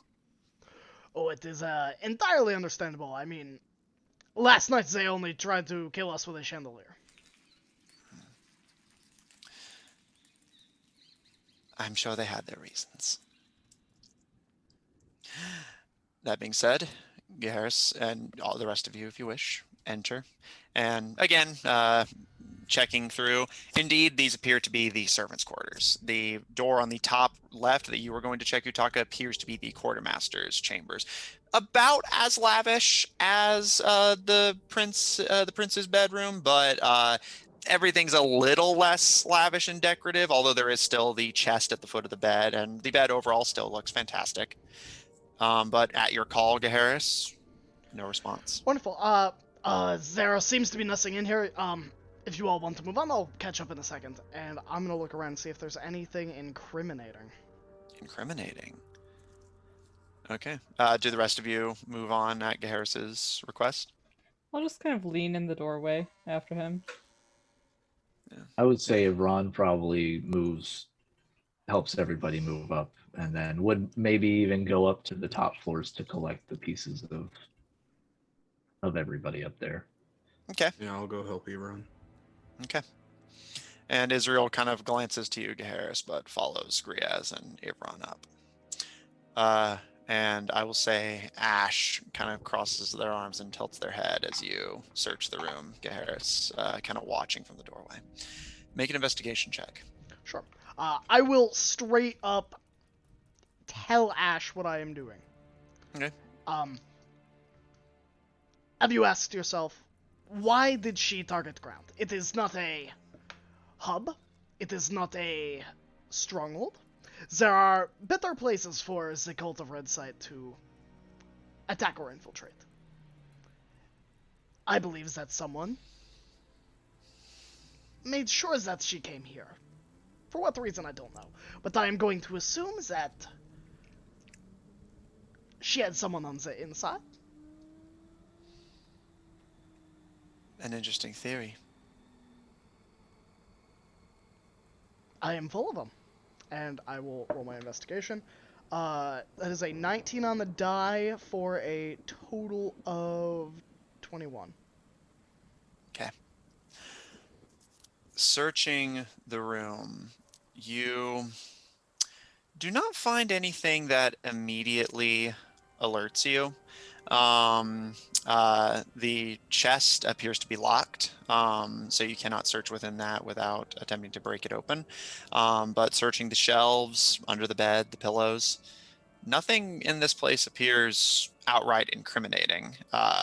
Although you do notice the bookshelf is stocked with a wide selection of romance novels. But that's about the only thing that stands out to you. Although I will say, with a pretty good roll, you do notice the Reaper statue shifting rather uncomfortably as you search. Almost like it knows if I keep searching, I might find something. You don't know if that's what they're yeah. exactly thinking, but they do seem uncomfortable. Did Utaka leave with the rest of them, or is Utaka still in the doorway? I am standing between you and them, like leaning in the doorway. I will point out the locked chest. Surely, for our investigation's purposes, you would not be opposed. Very well, but please do not take any of Miss Nightfoot's personal belongings. Many of them were gifts from the family as a reward for our service. I will not take anything unless it is incriminating evidence that is to be returned upon a due and diligent trial. But I doubt that is any risk. Everything that we see will stay where it is. I will even, like, I don't think we have a Goldshine motto, but I will just be like, this is an investigation for an active site. Mm-hmm. Like, everyone here is a suspect. Okay. And for what it's worth, I am being honest. Okay. He kind of, again, still seems a little discomforted, but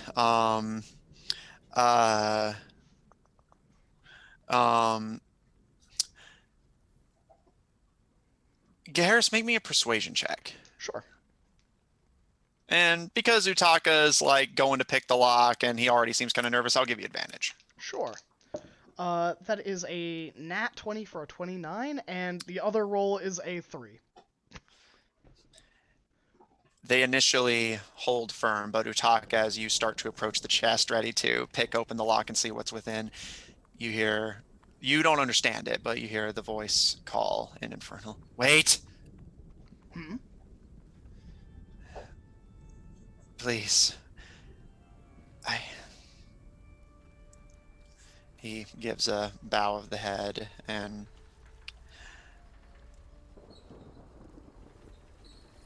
do not defile or remove our gifts from our master. I can tell you everything you want to know.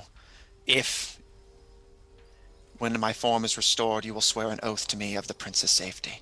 I'm already there, like, doing this. Like, I don't understand any of this. Well, I wasn't sure if Utaka would stop whenever he made, like, an urgent sounding. I will hold up a hand to Utaka, like, and I think I would turn my gaze so Utaka can see, like, the right side of my face, and it's like that I've got them where I want them smile, but, like, the other half is just, like, a straight, a oath of the prince's safety.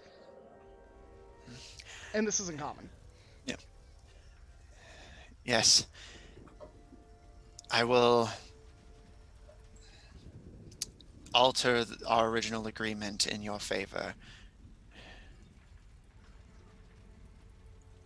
If you can guarantee the prince will be safe, and you will swear an oath to me in my proper form, and you well know how binding such oaths are, then I will tell you what you want to know, but please, Lady Nightfoot would be devastated if you were to remove the things the master had so kindly given her. And if we are not removing any, and we are simply, for instance, children of red sight typically carry and I'll pull out the amulet. That, we have like 5 of them now. Mm-hmm. Like this. Every member has one. Have you ever seen another individual in the castle with something like this? Make a persuasion check. Sure. That is a 11 plus 9, dirty 20. The statue shifts and you can see its bony fingers kind of flexing uncomfortably, but eventually they give a sigh and... We do not possess such amulets ourselves, but the prince's father once did. I assure you, Prince Fishborn has nothing to do with this. We intended to keep him far away from that life after what became of their father. It was their last wish of sorts. What do I know about their father? Make a history check. Sure. You know, oh gosh. Yeah, okay, we're gonna do a flat roll. I'm not good at history. What does this lock on this chest look like? Just out of curiosity. Make an investigation check. I mean, like, before I do that, is it like a big, like with like a huge keyhole, or is it like smaller? It appears about medium. Okay. That's a 4?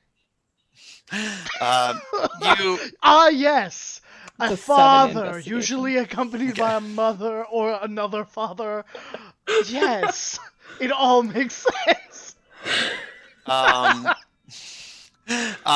you don't know too much. He died a long time ago, and you didn't have. And his son was so different than him policy wise that like you didn't consider it worth investigating someone whose rule has been effectively completely undermined by their next of kin. Absolutely. History books are for nerds, like Ivron. I So slept through that. yeah, you don't know too much about. Yeah. I will just motion for Otaka, you know. At this point, they know that we're not going to take anything. And they haven't said not to. They just said don't defile it, don't take anything out. I will vocalize that to Otaka and reiterate. Yeah, well, fine. This is just to confirm. I trust you, Ashral. Is that... I just want to try something. Like, not taking their stuff. I just want to. I want to see if I can get the roaches to open the chest for me. Okay. We're trying something new here.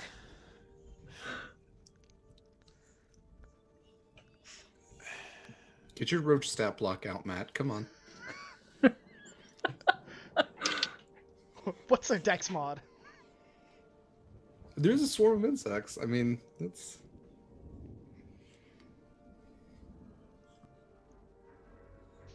See if I can tell them to go in there and push the tumblers around. Mm-hmm. Give me just a second here. Oh, Need to double check something. Oh no. Oh no. Relax. I'm gonna stand a couple feet back. I'm out of the room. Just because I need to double check something, everyone's like, "Oh no!" No, but that was sort of the point. Yeah. was No, these I guys- know. Okay. I'm just messing with you. I mean, like, So I'm not what's like a at 20 30 feet back. I'm like at 5 feet back, Yeah. maybe. So whatever it is still gonna hit me. Yeah, Utaka's between me and the chest, so... Da, da, da, da, da.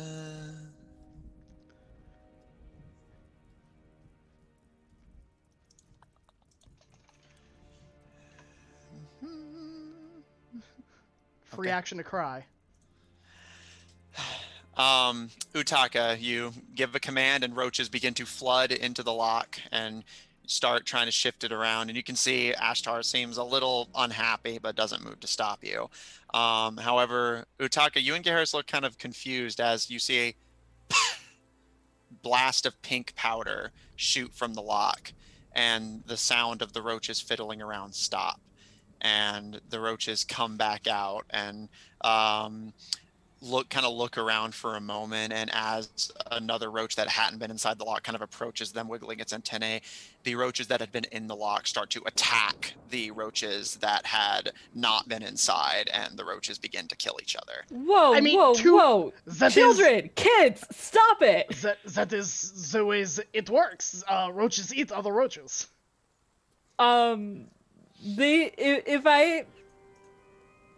They need to do a wisdom saving throw.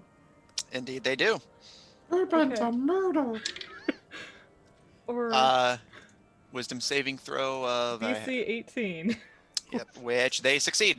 And I believe What? I rolled an 18 exactly. Roaches have a +0 to wisdom? Are you trying to convince me of that, Matt?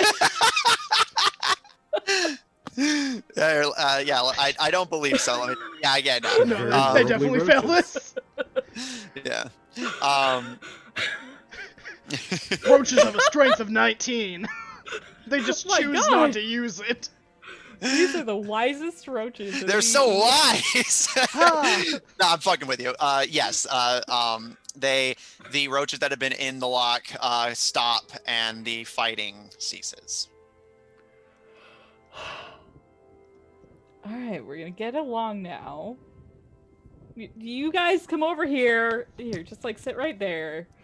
Anyway, I'll like get down there and fiddle with the lock now. Did they push the tumblers out or no? They had started, but stopped the moment that powder shot out. I will pull out a piece of cloth from my bag and move to wrap it around your nose and face. Having now seen this pink substance, I would rather I not mean, it's have you. probably not gonna go off again. I All would of a rather sudden, not like, have you and the roaches try to attack me. Why? You scared? At this distance, no. Hmm. Give another 20 feet away from me? Absolutely. I would be very concerned. Maybe not afraid, but I know that you could definitely hurt me. I'll take it. But I will have more of the roaches go in. Because at this point, I don't think it's gonna, like, poof twice. Most traps that I've encountered are single release. Yeah, that's interesting.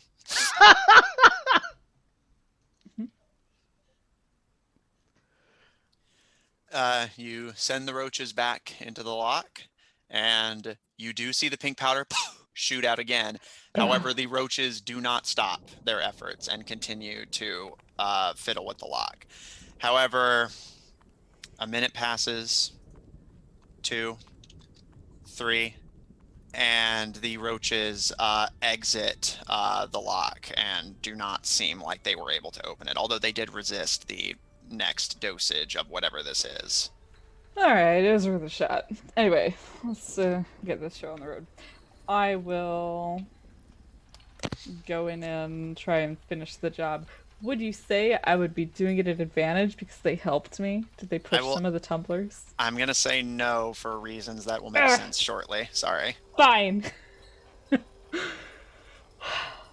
so I is will this Dex cast. plus... I want to cast a spell when you do this. Protection from poison. Okay. Not sure if that will work, but or if this even is a poison. But for the duration, the target has advantage on saving throws against being poisoned, and you have resistance to poison damage. Okay. I'm just gonna kind of like mutter to myself, do it myself. But I would like to guide myself. Okay. You give yourself guidance. Yes, with a bunch of complaining. Okay.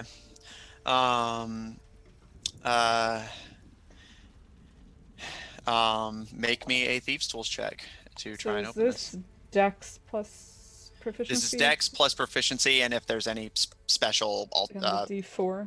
Yeah.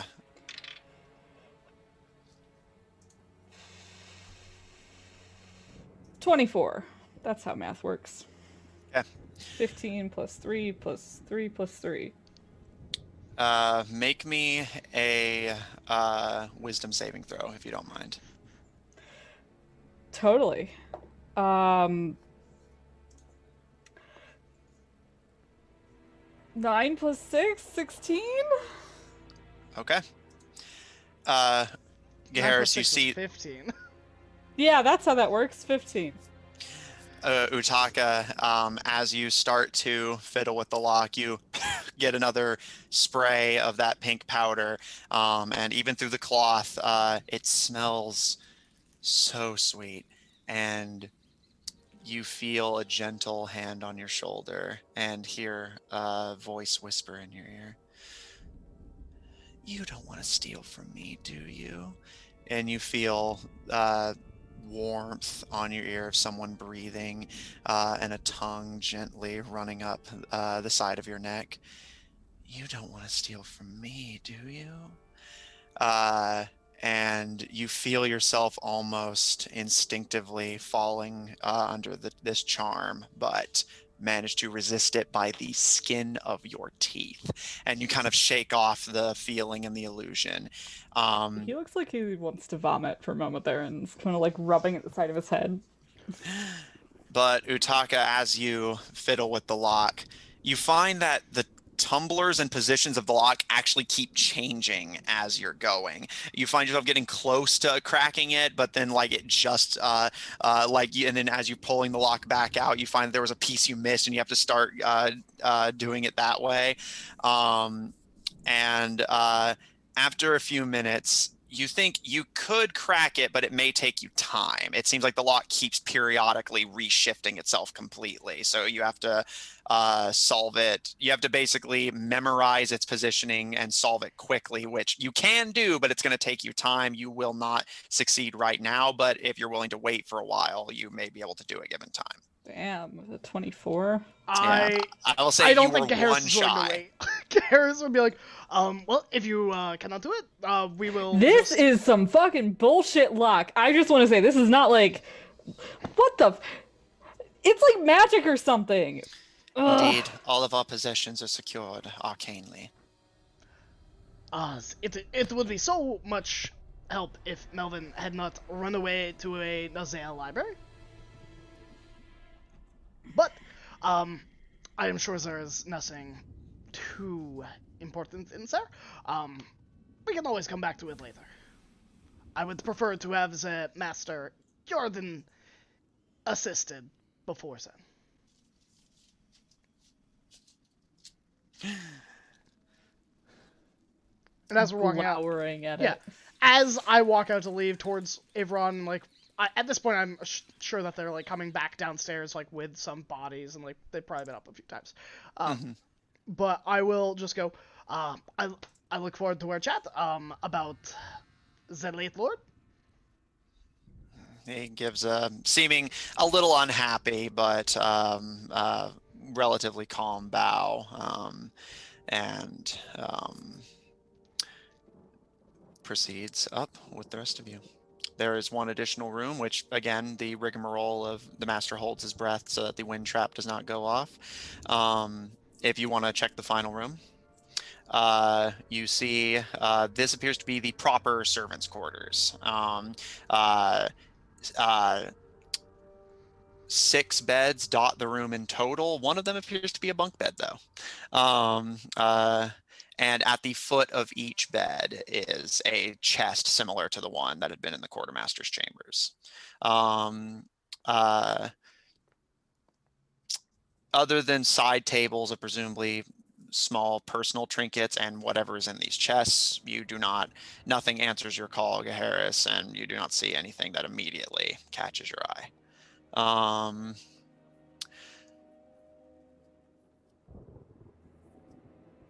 And finally... Oh, no, I've got nothing. I was just gonna say, if nothing responds, I'm good to go. Okay. And finally, you head up to the entrance hall. The group reconvenes. Ashtar escorts everyone outside. And as he's doing that, is there anything left you guys want to do while in the castle?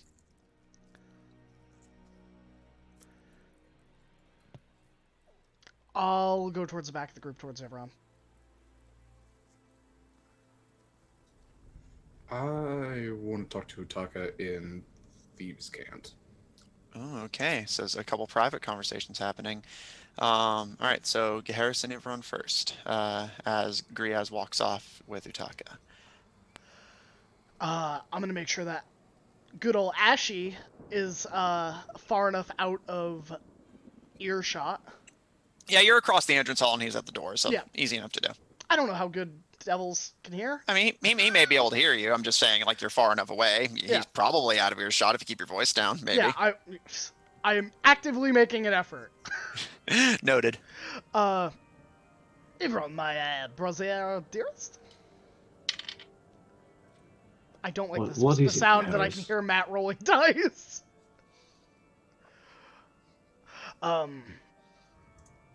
A few things I wanted to touch base with you.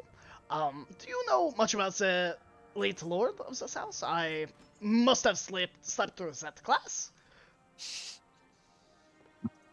We are a continent away, but let me recollect with my recollection powers.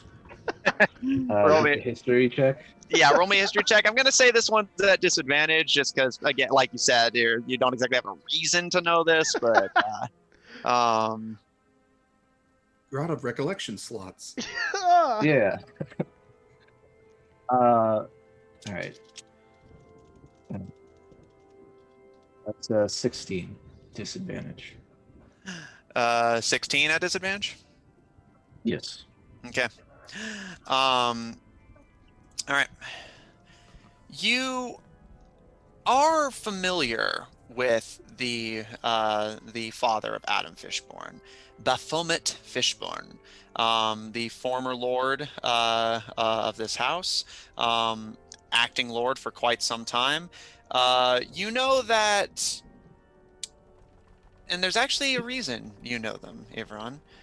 Gaheris had forgotten about this, but Ivron, your father was personal friends with the man. Damn. Can't forget what you never learned. Yeah. Well, it was more of a Ron will. didn't occur until now. Ron would lead with that point. Get Harris, just so you know.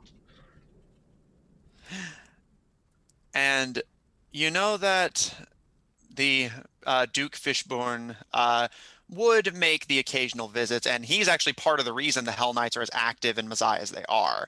However, part of the reason he got along with your father was that they shared a lot of similar views that the Hell Knights at large typically don't, which is Baphomet and your father, the Lord Blackmont, shared the view that the proper approach to a tense situation like the current degrading relations between humans and or the common folk and the monster folk was to take the air of diplomacy and a certain amount of forgiveness and mercy.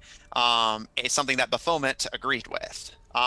However, while the two of them got along on that front, they disagreed on how it should be done. Baphomet was well known for taking advantage of Undercommon's cultures and biological needs, and basically, rather than destroy them as the Hell Knights encouraged, or befriend them as your father would have encouraged, he instead chose to, well, they can't rebel against me if they can't.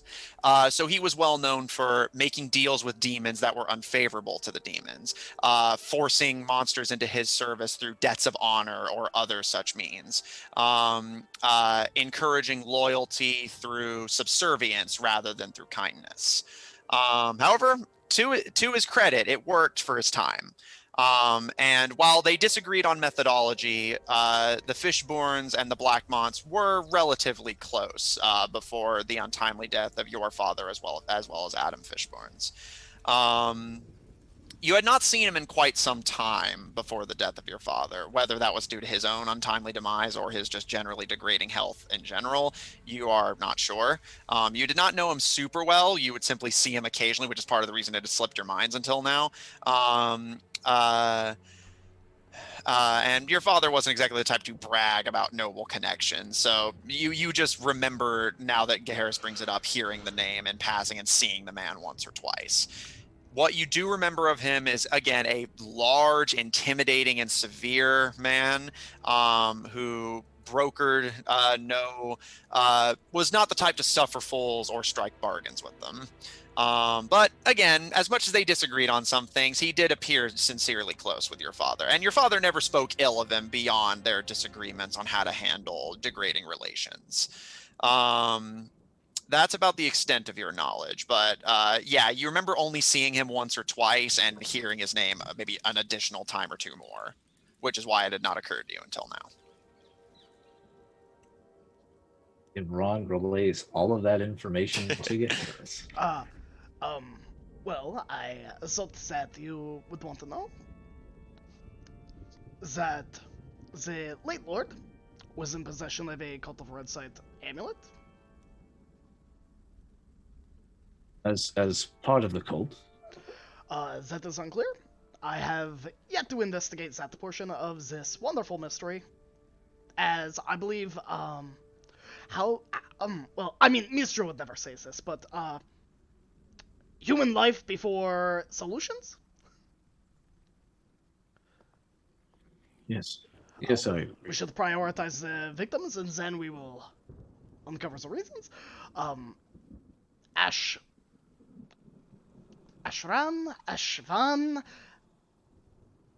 we'll just Ashtar. go Ashtar, that is a good one, has offered me a deal to reveal all the information, given that I make sure that the young Duke comes to no harm. It's very noble of you, brother. I like to think it as lucrative. After all, devil can't go back on a deal. And I just walk away. With a wink.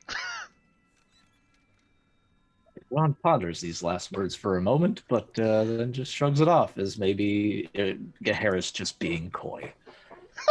I will say this, it is, having grown up with Garrus, this is not a coy moment.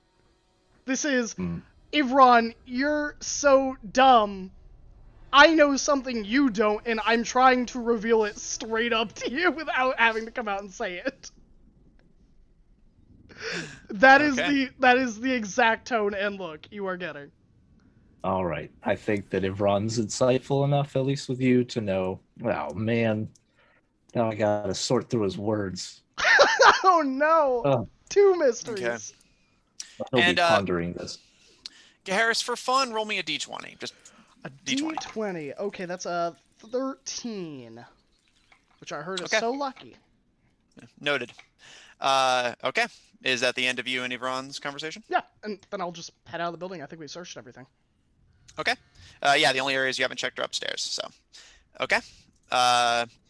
Griaz, you approach Utaka with intent to discuss something in Thieves' Camp.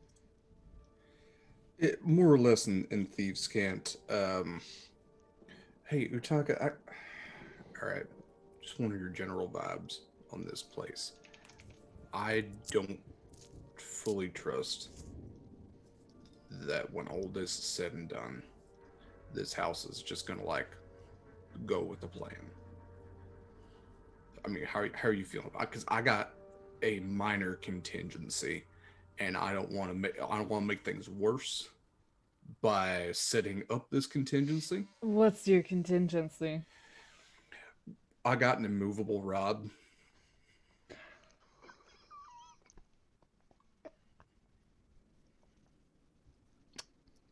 Yeah, okay. So I think this house can more or less see us wherever we are and hear us, which is kind of the reason for this long talk, but got it. I'm just saying, if I activate, where I don't even have to activate it. I could leave Junior in here dressed up as whatever, and they could activate it for me. But I could activate an immovable rod somewhere, and if that thing chooses to move, it ain't gonna be pretty. What happened? Well, the immovable rod, I think, can withstand about 8,000 pounds of pressure. So, depending on the amount of pressure that's being put on it, it will, if it is less than that, that thing will break before the rod does. Oh. Yeah. Okay, I got it. Not pretty. Got it. So, I'm gonna just tell you this. I think Harris wants to kill the dude. Oh, shit. I mean, maybe I shouldn't have told you, but it was kind of gonna happen. So maybe you're all on the same page.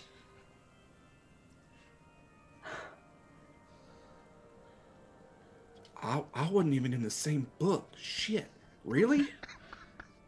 Yeah. He wants to be some lord, take it all over. I'm kind of down. you're down? Why not? I don't know. It just seems like mine or regicide. Yeah, but like, my god said it was cool, so I'm down. Oh. Huh.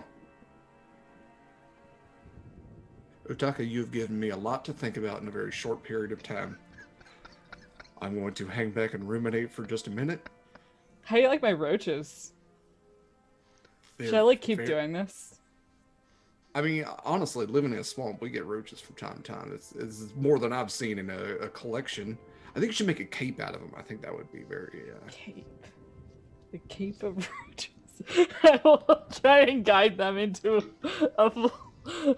You know, like the cloak of billowing? It's that, but roaches. Cloak of skittering. A roach robe. Utaka, you using the spectra pin and your clerical abilities attempt to kind of command this ocean, this tide of vermin you're controlling to skitter up your back and start like forming an ant-style ladder. And it's a bit stiff for a cape. It doesn't flow. Oh, I do have a cape. They can like sit on my cape and So you flutter want it to around. just form like a plating around the cape. I'm thinking of like a train, like a regal train going like all the way down the hallway. Yeah. Oh, this And party. like the camera pans back and just like one like bzzz past the camera. Is that what you want to do, Taka? Just fucking have him hug the cape? I mean, yeah, I'll stick by Grias. He doesn't mind the roaches, and we're keeping an eye on our boys and devil statue over there. Okay. Make sure no fighting happens. Yeah, no fighting. The roaches begin to pile onto the cape off of your back, and after a moment, you have a itchy, buzzing, skittering, flowing cape of roaches as they cling to the fabric of the cape and onto each other's backs to give you a mighty, horrifying Superman of nightmares cape. Like you tried. Close behind me. Yeah, like you're trying to do the Superman towel bit when you were a little kid, except that the towel was awful. And with your and fresh... like if either of the boys look over, I like give them these two big thumbs up. Yeah, just get Harris just... Black smoke. Okay.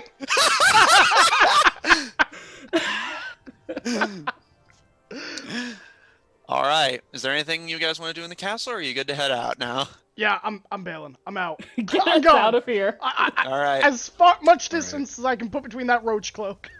All right. I'm going to enact my contingency. I'm going to, on my way out, try to identify a piece of furniture that Junior would be able to mimic appropriately. And I will leave my immovable rod just there with Junior. Do you let me clock you doing this? You probably... He's being sneaky, so is like the castle won't notice. So I am more than happy to roll stealth of hand. Roll sleight of hand stealth. I'll call this sleight of hand Okay. between the rod and Junior's mimicry. There are several small nightstands and shelves that you can have Junior attempt to mimic. I mean, the house doesn't even have to move. If we just turn them back into a human, that immovable rod is going to be in them and just... Well, that's okay. That's the point where I'm confused about, because there was a house, regardless. So is the house turning back into a person? Is there going to be a person and a house? I don't know. What happened to the otherwise snowman? there's like furniture and stuff still. Yeah, what happened to the snowman? Or with God, what was his name? Sam? No. The snowman basically melted, and the person was inside this time. And then the guard. What happened The with the guard's guard? Yeah, Yeah, but he we basically happened to the thing emerged that was from around him? he emerged from like the clockwork and gears. So it comes And out all from the, inside. All the pieces you brought. Yeah, so it comes out. So this contingency is more as if Yeah. the castle is going to come after us. Yeah. then yeah, he will leave that and he'll just say, Junior, you're gonna be my inside man.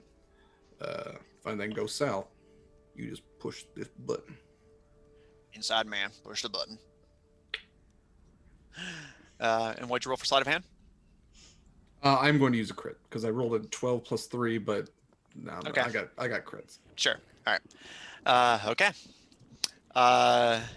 Leaving, Junior takes the form of a nightstand near one of the supply closets, and you leave the immovable rod on it, and you can feel it immediately stick to Junior as you join the others in walking out. And with new information gained, Griaz's contingency in place, and from the sounds of it, the castle staff rescued, Avron having gone back for the armor suits and candle wax. We're going to take a break.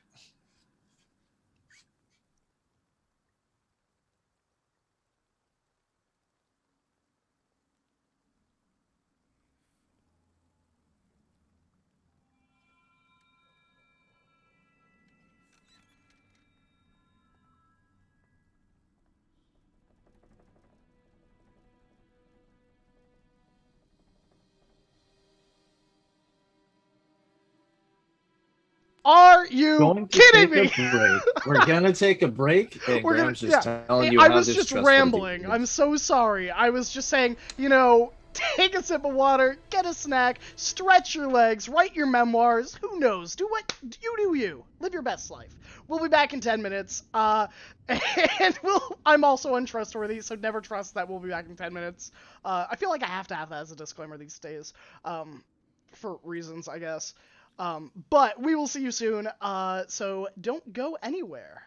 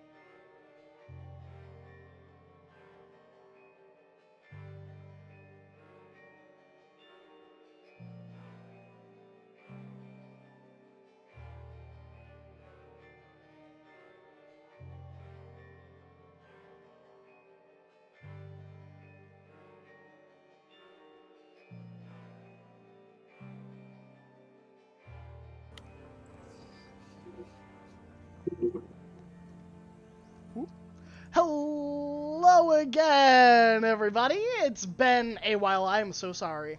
It's us, your filthy liars. I told you I could not be trusted. We were doing important stuff. Don't worry about it. Yeah, maybe we're working on some giveaways. You never know. I just said that you never know. I never confirmed anything. Yeah, you never know. You never know what we're up to. We're unpredictable. All right. Well, speaking of Always unpredictable. trust us not to be trusted. All right, We're the Peter Baelish of streams.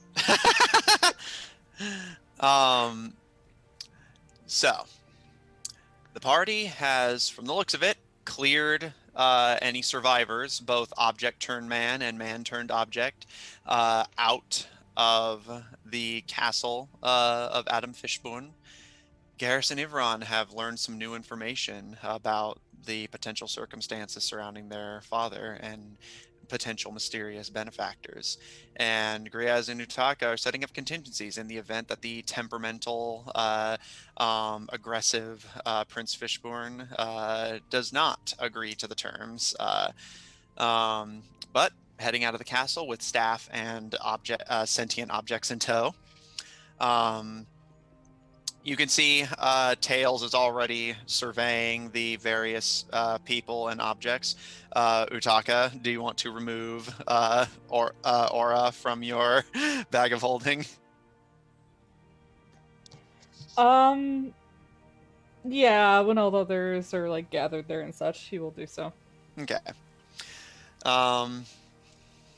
And as everyone gathers, you all hear a mighty creaking, a cracking of stone and creaking of wood, as you can see the fires in the house have been stoked once more, as the chandelier's face begins to reform and stare down at all of you. And as they survey, you all see the castle staff, even the objects who have not been granted the cunning of a fox, all the castle staff and objects immediately fall into bows. And as the chandelier surveys all of them, you see the expression softens and turns to you, Taka, and in Primordial. Time to go.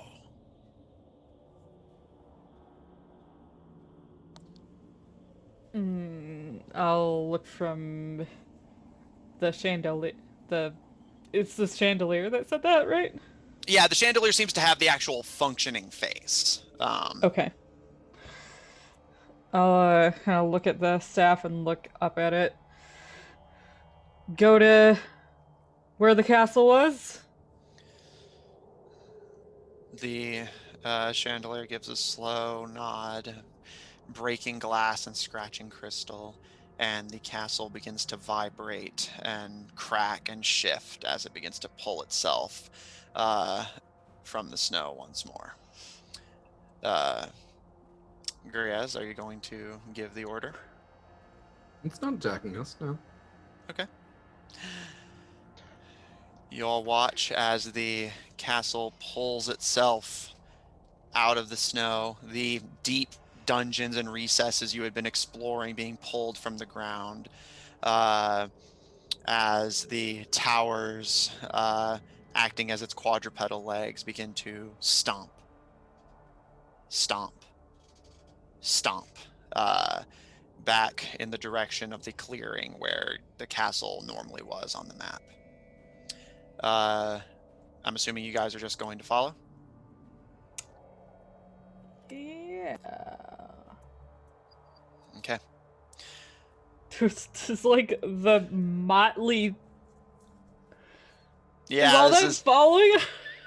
yeah. They are seem more intent on following the castle itself, but are like not exactly pulling ahead of you or anything. Especially given that most of them are kind of having to hop or drag themselves in their current forms.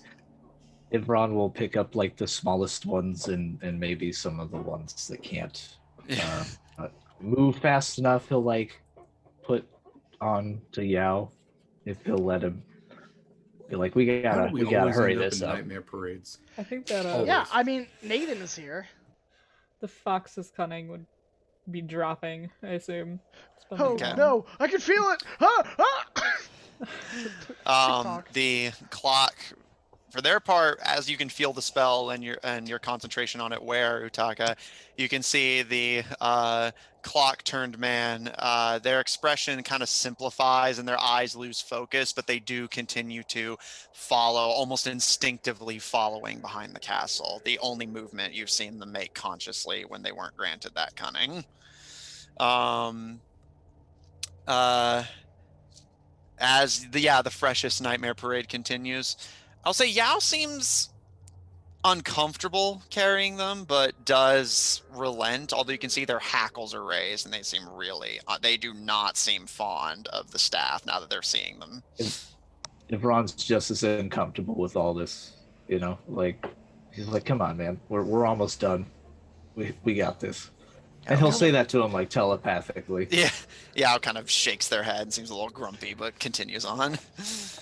I will release my swarm of roaches to live their best lives. Out in the frozen forest.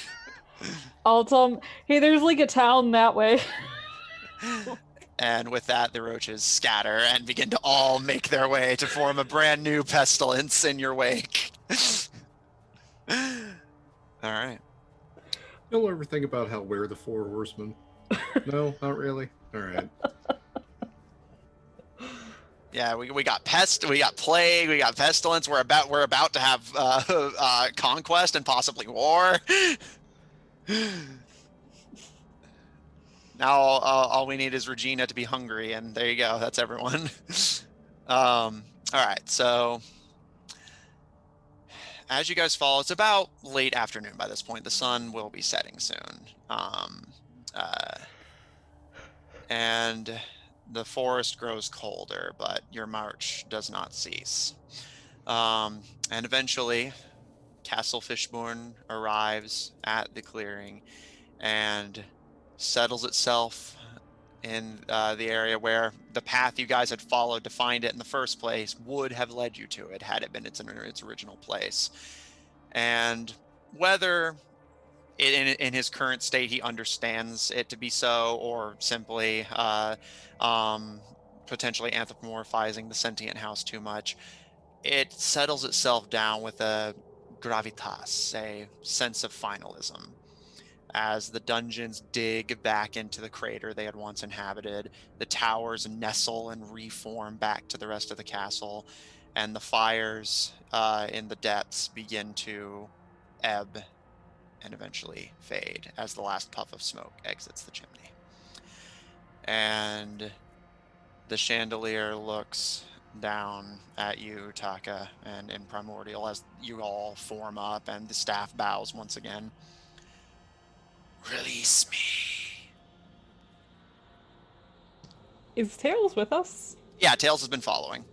He's been simply surveying the crowd and kind of getting a read on the situation. I'll glance over to him and then glance to Gaharis and back to the chandelier. Kind of like motion for Gaharis to get off his horse. I'll get off the horse. Alright, I'll lean over. You ready? Absolutely. Once we get them in their human form, then I'm going to challenge them to a duel. Yeah, good luck with that. I'll like slap him on the armor plate and kind of like shake my hand because that did not feel great. Yeah, especially it's spiky. Only on the shoulders. Ow. Fair. That'll teach things to throw me in their mouth all the time.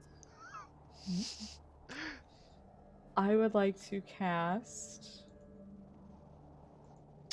Enhance ability on Gaharis before we do all this and give him advantage on charisma checks. Okay. And then I will dispel magic. Okay. Remove curse, or is it? No, dispel magic. Okay. That's what we've been using. No, it's because we get confused on it every time. So part Not of me was me. like, is it? Yeah. I got my shit straight. No, that's fair. All right, go ahead and roll, and I will give you advantage because I'll say Tails is helping you. Fine. Okay. What? I will refrain from using my crit then. Ha The You crit can't. survives for another day. You can still roll poorly with advantage. I know. I'm ready to make a fool out of myself.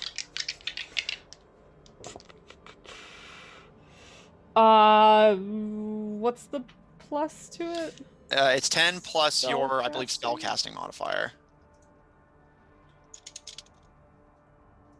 Which is a... Yeah, spellcasting ability. Should be whatever the hit Okay. like on a spell attack is. We'll see how this goes then. That's 18. Okay. Also, out of curiosity, what was your original, like, what was the non-advantage roll? I don't know which one was which. I rolled them at the same time. Okay, I was just curious. I rolled a 6 and a 14 on the die. Okay. You step forward and Tails steps behind you.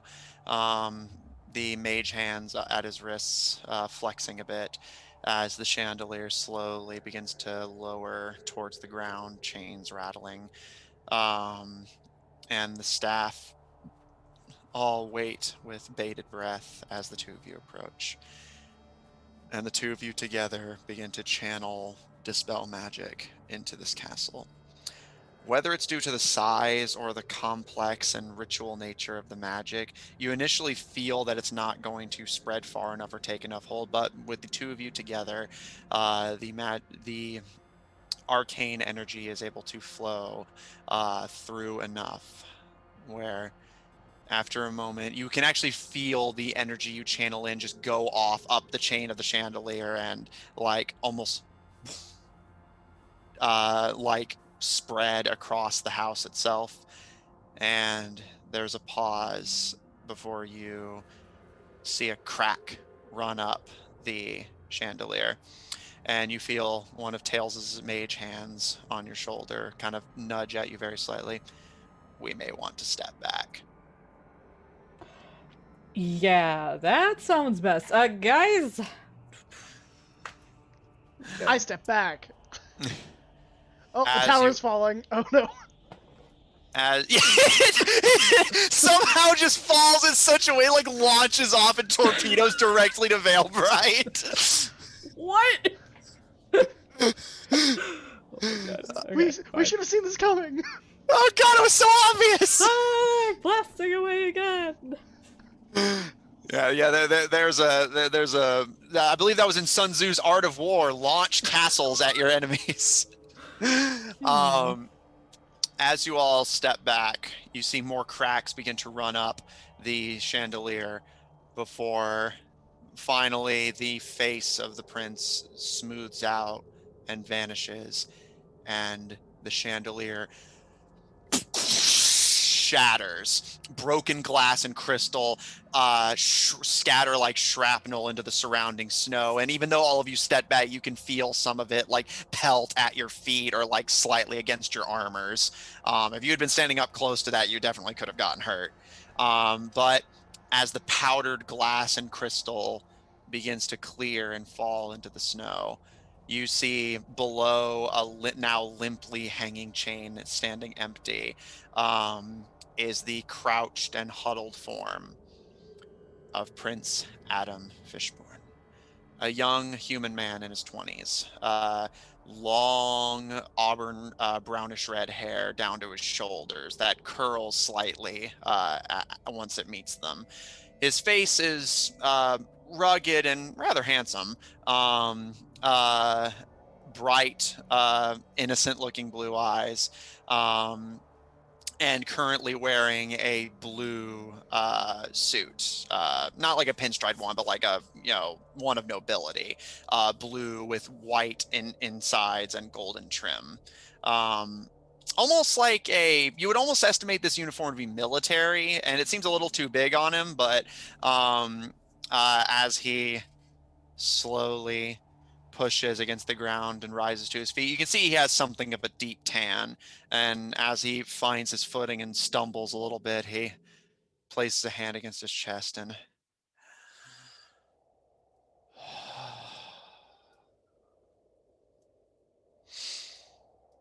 And with a deep breath, he looks to you, Geharis and Utaka, Griaz, Ivron, Israel, and gives a deep incline of the head. Thank you.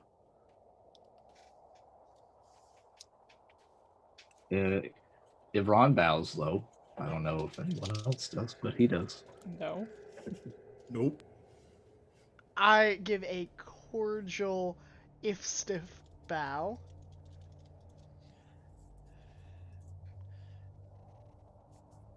They look around and look to their transformed staff still bowing to them and gives a happy smile. And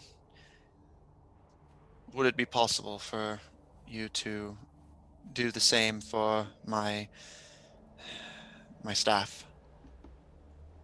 It'll take some time. We got some help, though. I'll nod over towards Dr. Tails and him too, and thumb over to Grias. Yes, we'll be seeing to it that your people are returned to their proper states. Although, what you wish to do with these, and he gestures to the sentient objects who are just staring at Adam enraptured, is your decision, my lord. Adam kind of gives a nod. What? Just ask that. Like, wait, is something wrong? He's gonna like. Cool. Okay, cool. I look at Utaka. I believe that these individuals should have the right to choose.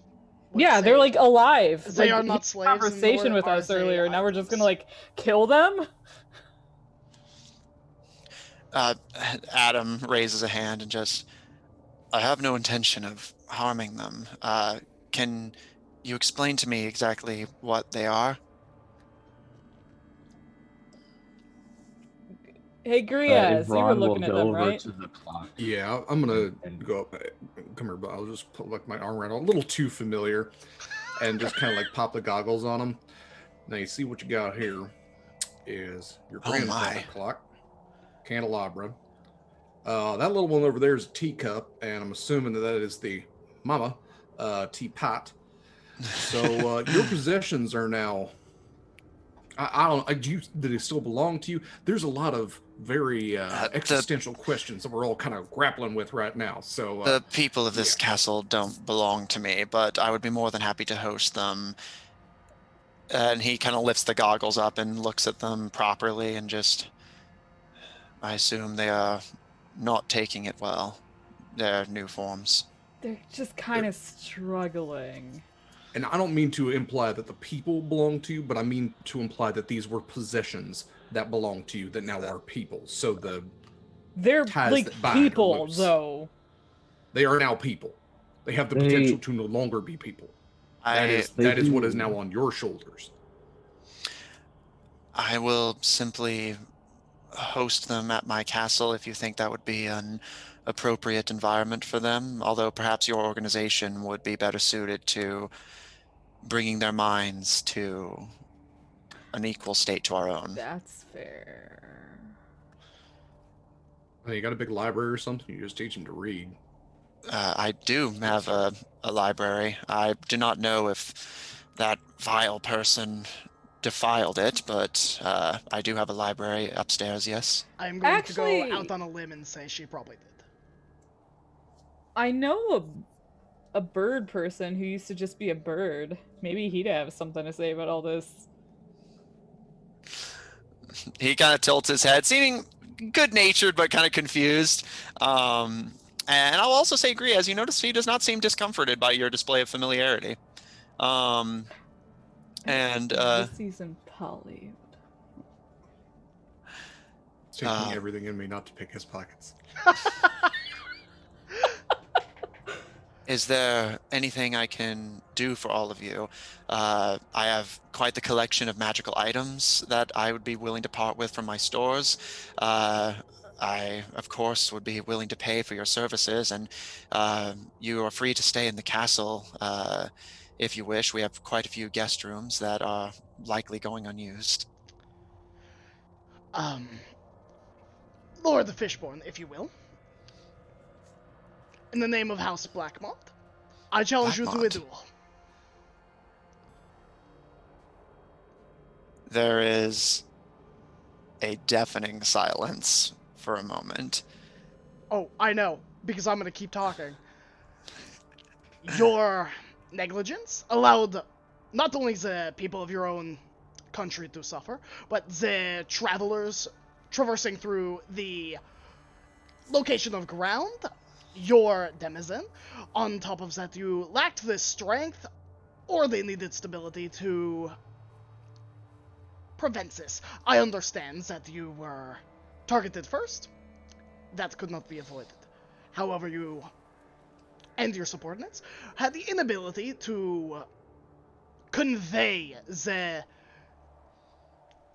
let us say, the dire circumstances of your predicament. As such, I find you lacking in the needs of nobility, as well as the ability to lead your people and keep them safe. Do you deny or refuse these?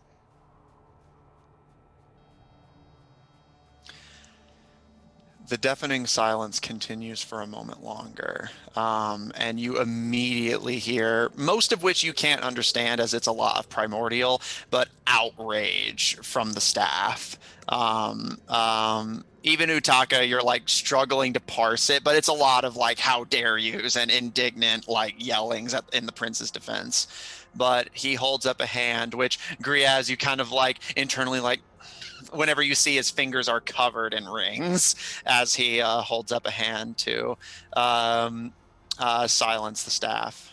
And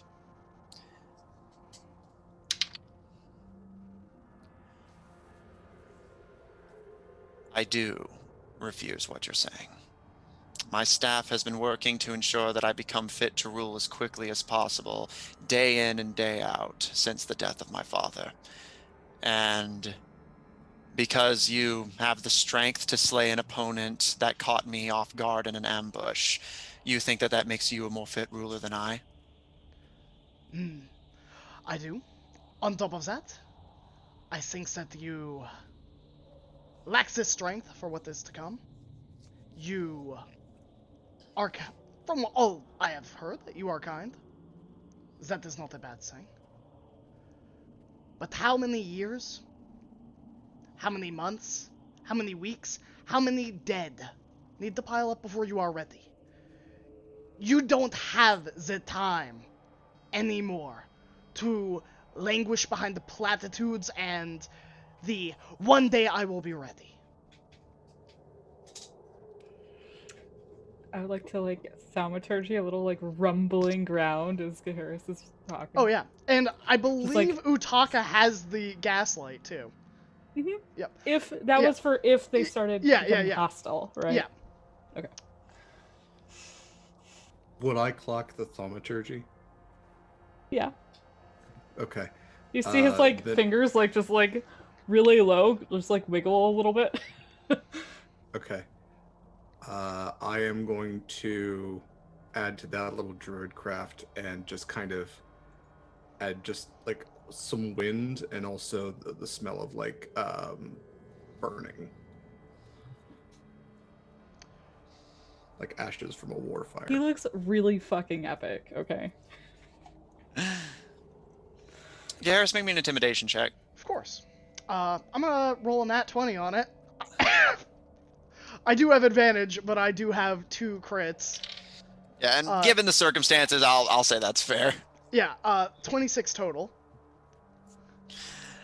You do see Adam take like a visible step back, and you intend to kill me for the crime of taking the throne sooner than I was ready. I do not intend to kill you at all. I intend to duel you, and should I win, I will of course spare your life. I do not think that one day you may not be qualified to be a leader. I am saying that right now, you are not the leader that this country needs. You are holding them back, and they will suffer for it. He, looking at all the magic and everything around him, takes a steadying breath to calm himself. And what is your name, Lord Blackmont? Gaheris Nervos Blackmont. He gives a nod and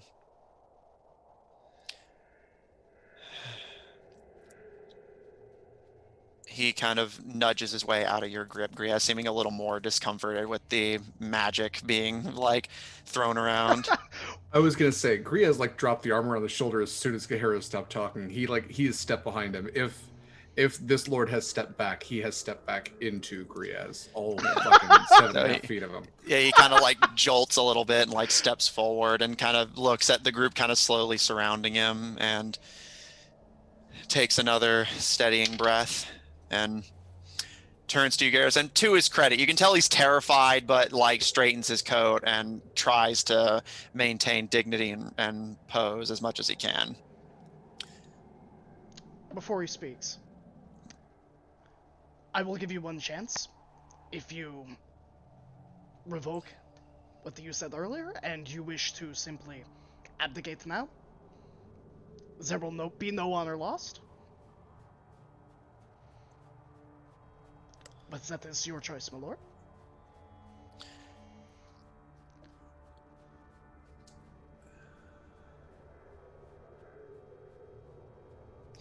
He pauses for a long moment and closes his eyes, and after he opens them again, you can see some slight wobbliness to the expression.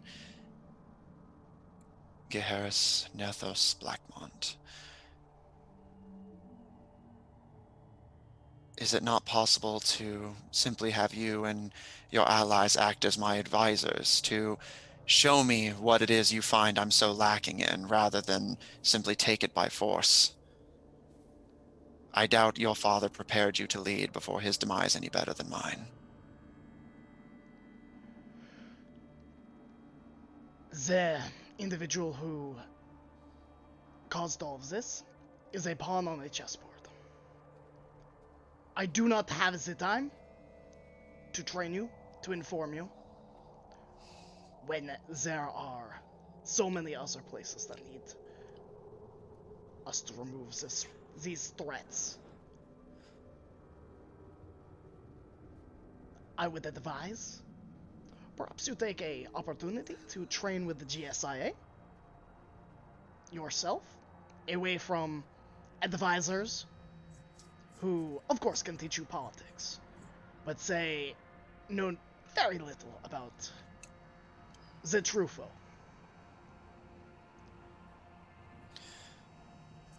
He sighs and looks to the castle staff. Is this true? And Ashtar speaks in Infernal. My lord, there is much we did not have time to discuss with you in the wake of your father's passing, but rest assured, let us deal with these thieves, and we will train you ourselves personally, and you will be ready for the threats to come, my lord. May I interject for a moment, brother? As you wish. And then Ron gives a deep bow and steps. He kind of walks up to Briaz to like maybe step back a little bit, give him some space, kind of crowding this guy. And he actually faces you, Harris, and says, I would be willing to train him if you will allow that. And if he accepts, and he looks back at Fishburne.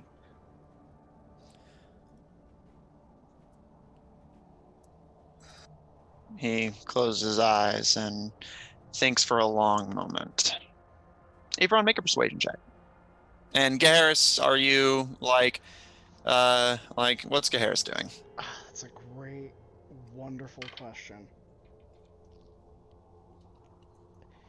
part of me thinks, yeah, Ivron should train this guy and bring him with us because he's going to die. Like, we almost die. This guy is gonna die. Which, Oh yeah. I mean, I am fairly certain that we have almost died several times. No. I'm more saying, oh yeah, like to like that he's definitely gonna die.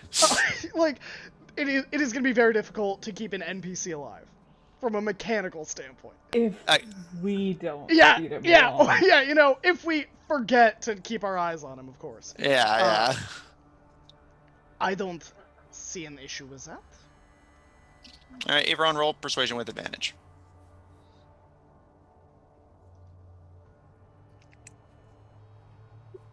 With advantage, that's a 27. What was the previous roll, just for flavor? 23. Okay. Like the one thing he's really good at. All right, and Garrus, what were we gonna say real quick before I continue? Nothing. Okay. Yeah. Adam keeps his eyes closed for a long moment, and looks to you, Ivron, to you, Gaharis, and whenever you don't seem opposed to the plan, back to you, Ivron,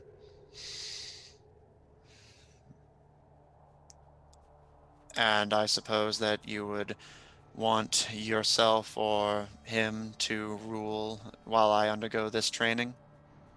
I will take control of your holdings. I will prepare your people for what is to come. Is it the worst idea, my lord?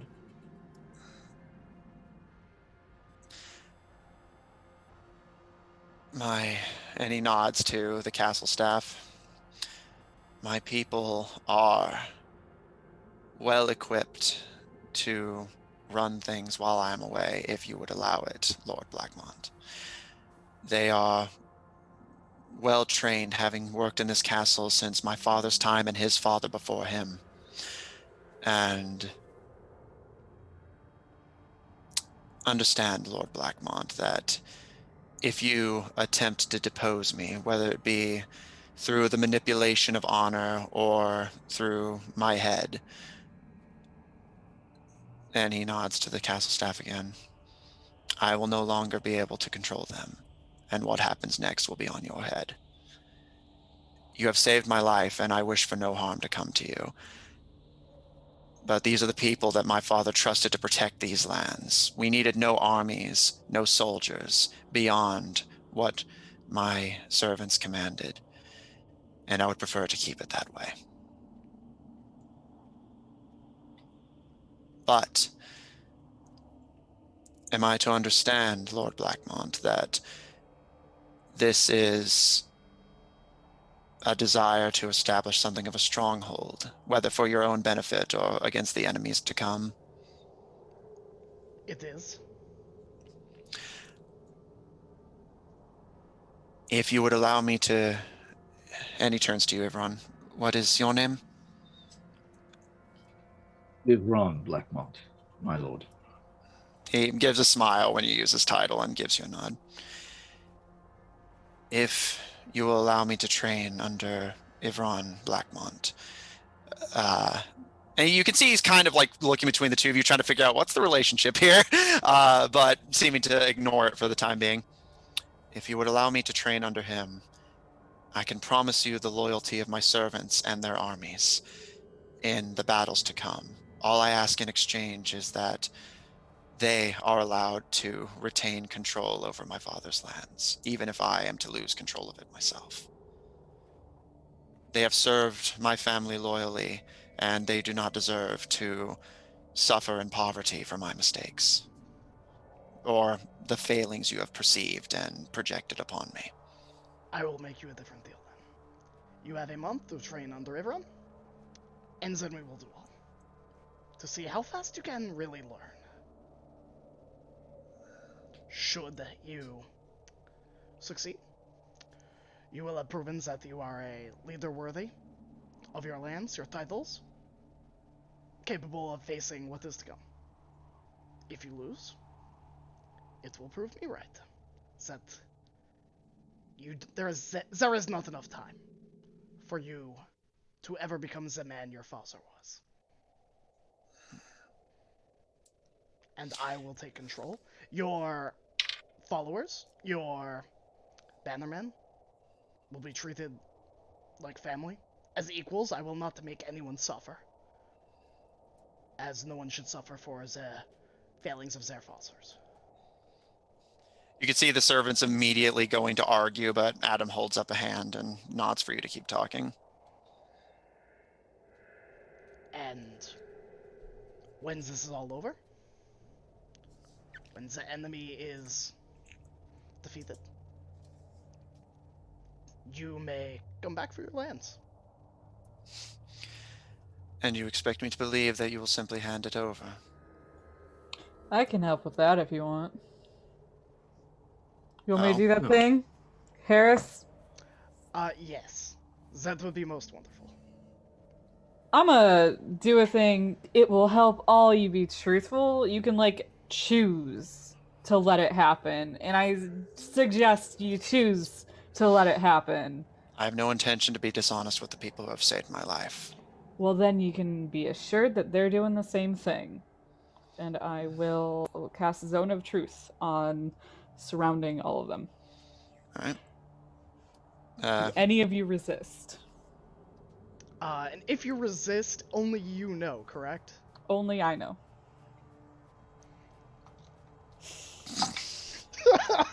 And that's what, a charisma save? It is, yeah, I think Wisdom, so. isn't it? Is it wisdom? No, it's charisma. It's charisma. Okay, so I have a plus Charisma save. 14.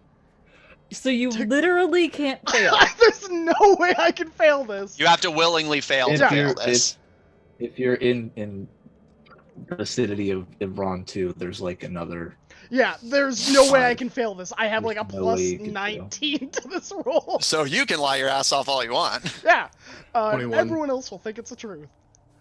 But I think the thing is, you can't necessarily lie, but you can. If you just succeed, you avoid can it. lie and no one knows. Oh yeah, the if you difference. succeed, you can lie. The But only thing but- is the person but- who casts a spell knows that you can lie. what you're probably thinking of is that if you fail, you can just choose not to speak. Yeah. Yeah, but- well, I thought that worked both ways. Like, even if you succeed, the person just doesn't know. I thought But if you the failed, caster they knows. The caster always knows. Is Yeah. The Oh, okay. way Zone of Truth works is they can save and then just not say anything, and because it doesn't compel you to say anything. Yeah, It just compels what you say to be truthful. So honest. Yeah. yeah. Whereas if you fail, you just know that they failed. But I think Utaka already knew that Harris was gonna lie. Yeah, Yeah. we literally talked about me Exactly. doing this. Like, so like we're we on are the on the level. same page. Yeah.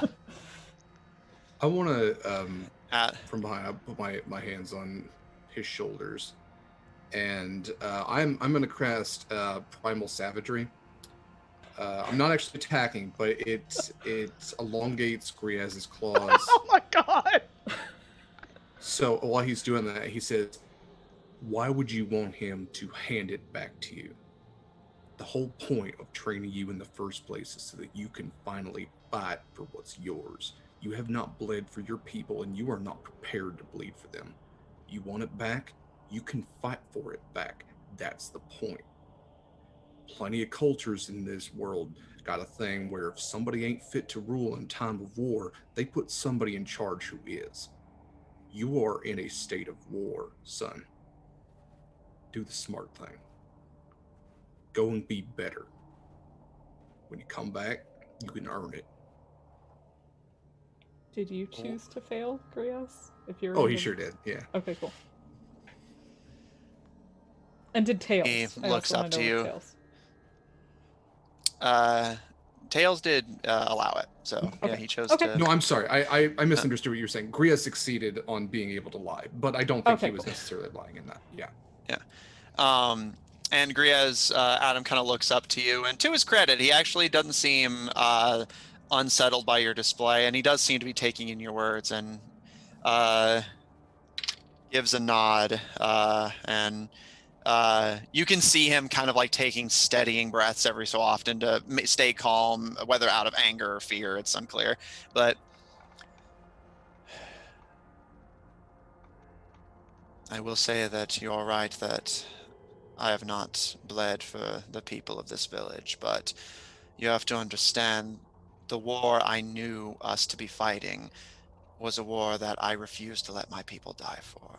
It's a war of people trying to steal land from others who have stolen land. And my family wasn't born on the right side. And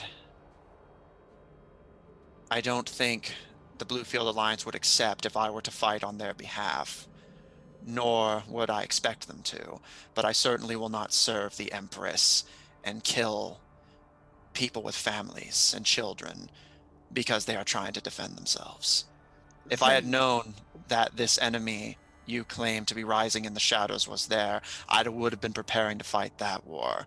But I already had a war that I was trying to keep my people out of, and had the misfortune of being born on the wrong side of. Ah, yes, the petty squabbles of the Emilian Empire and the Bluefield Alliance, I am quite well aware. After all, it was, and I motioned to my group, us who stopped the siege of Elbert without a single fight, without any bloodshed on either side. It was myself who cultivated a relationship with the Bluefield Alliance, who will be petitioning the Emilian Empire and alerting them that of the situation, should they choose to fight a true enemy, rather than target those who are weak or look different than them. Then I would give you my trust if you would give me yours in turn. I have trained since I was young to learn the arcane arts as my father did, and I may not be the same world bender that he once was, but rest assured that I am well capable of protecting my land and people if I know the enemy to be coming. I cannot read the future or bend reality to my wrist, but I am more than capable of putting bodies between people with families and people without. All Worldbender, what does that term mean? It's not an actual official term, but from the context you're gathering, his father was a powerful wizard of some sort. I guess And what I'm he trying to put together is this guy actually the guy that turned everyone into snowmen? Was it through some power he has that the painter was using? maybe. I guess at the reference of putting bodies between families. Mm-hmm. I guess. It's a fair question. My servants and have trained under him, and they have in turn trained me to fight like him. And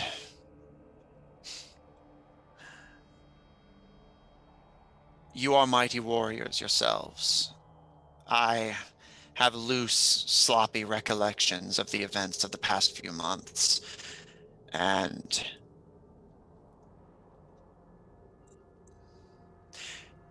he looks to you, Garrus. The people of this land are at war with people that, as much as, and understand this is not me speaking, I'm simply being frank, people who look like you would never be accepted as a ruler. My rule was always questioned and argued against simply because I allow these people to live in my territory. The Duchess of the Undarian Empire is suffering much the same fate, unfortunately. Only those who make the move of flat disqualification are able to rule without argument, without question, and all of us are visibly common folk. And I do not consider the common folk my true blood anymore, but understand that taking the throne from me, you may see it as putting a more fit ruler in place, but understand that you are taking a disliked ruler and putting one that would, frankly, never be accepted. That seems like an opinion, and not a fact. So, let me say this. There are two types of people in this world. Those who can change, and those who cannot. Do you know what happens to those that cannot? Those that cling to cults? Much like, well, I hate to admit it, but your father. Those who cling to power, those who cling to the way the world was, are the ones that eventually will be removed. Change No. comes over time. No. It is not immediate. All I'm saying is, I am your ally in this fight, Lord Blackmont, and you would forego an ally simply because you see them as unfit.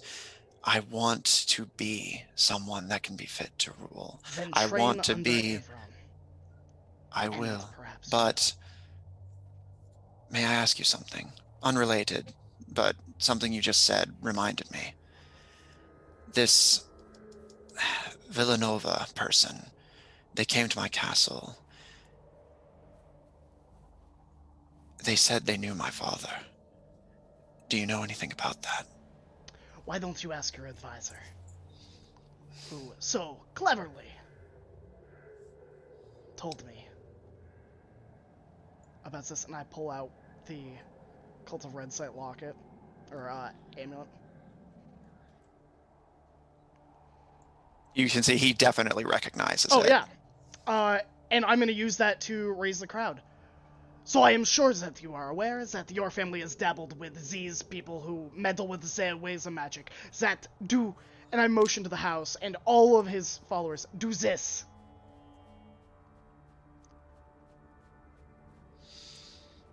And do not give me the spiel of, oh, I did not know. You simply didn't care because it didn't affect you. And I motion to Utaka.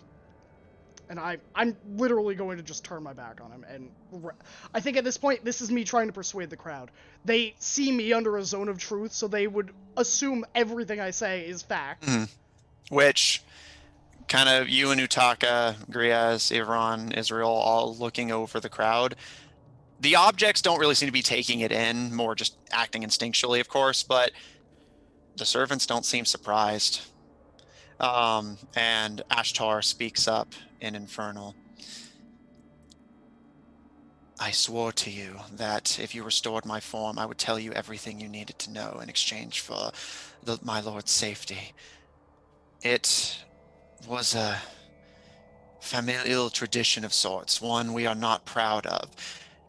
They swore that they would protect us and grant the Lord's family line power, but when we saw what became of our Lord before him, and he nods to Adam, we all swore in secret that we would not indict him as his father and grandfather had been. We had no intention of him joining his family line and intended to keep them as far away as we could. But they managed to sneak in regardless. We got careless in our protection.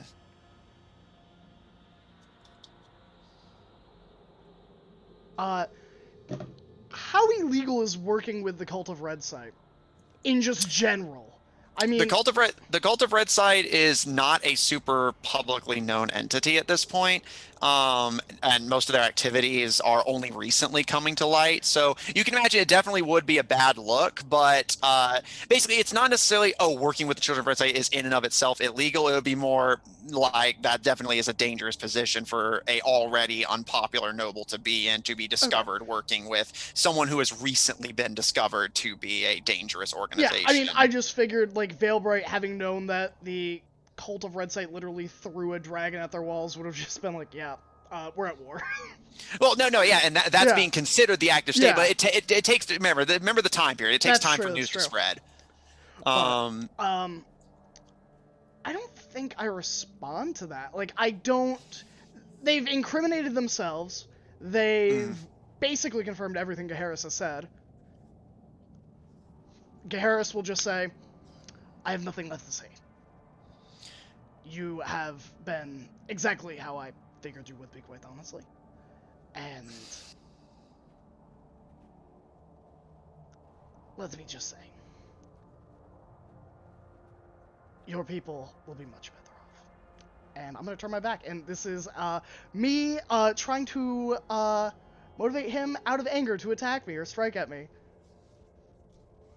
I was gonna say, does Ivron get the feeling that he's Oh, angry well, throughout any of this? You can see he's been maintaining his cool, although you notice the mask slips slightly when Hmm. Gaharis says you're.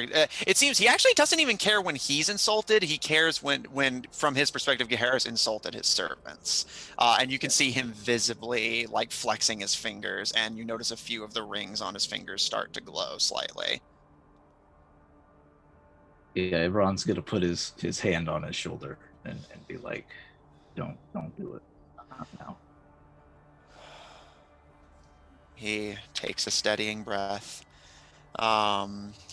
Make a persuasion check, me or him?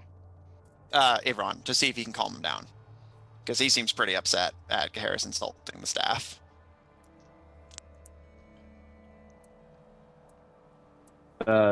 23. You can see he's furious and kind of going red in the face and clenching his fists. But as you can see a hand reaching up towards one of his rings, you place your hand on his shoulder and he looks up to you. And seeing your more collected expression, and he turns to look at you, Griaz. And what are you doing, Griaz? You still have your clawed hands on his shoulder, but what are you doing at the moment? I think what he was trying to do more than anything else is the clawed hands have more gone to like the side. He's trying to keep him like locked facing Gaharis. Like Griaz is just trying to be intimidating. If he is trying Okay. to, if Gaharis is trying to push, then Griaz might even just like with his thumbs, just like nudge him forward just a little bit. So a month then. He calls out to Gaharis, Ivron. I mean, So a month then, brother. if he still wishes, or we can do it now. I don't really have a care. It is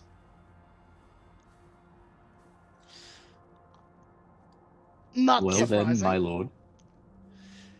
Give me the allotted month as promised, but understand, Gaharis Blackmont, that if the time comes, and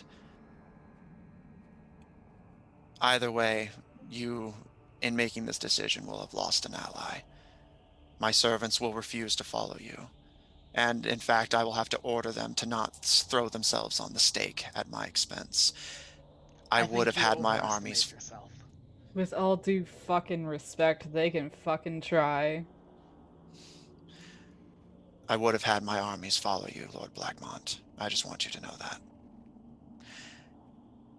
Give me my month, and when we have this duel, I want us to fight on neutral ground away from any people. No civilians will be harmed. And do I have your permission to fight you at my full strength? Of course. Very well. In 1 month, away from any towns or people or settlements, and we will fight at our full strength to determine who will control the throne Fishbone. I look forward to it. And I just turn back and leave. Like, I've achieved what I wanted. And Hey. as I'm walking away, I'll address his servants. Don't die for a fool who is unwilling to shed blood for you, like I did. Had the issues been reversed, he would not have traversed into that to save any of you. And I'm gonna make sure that I'm still in that like zone of truth. Again, there's a lot of outraged cries in Primordial, but the one you can understand is Ashtar speaking in Infernal in a deep, furious, demonic voice. You don't know anything about him. And you know nothing You about are me. a selfish half-breed, vying for power.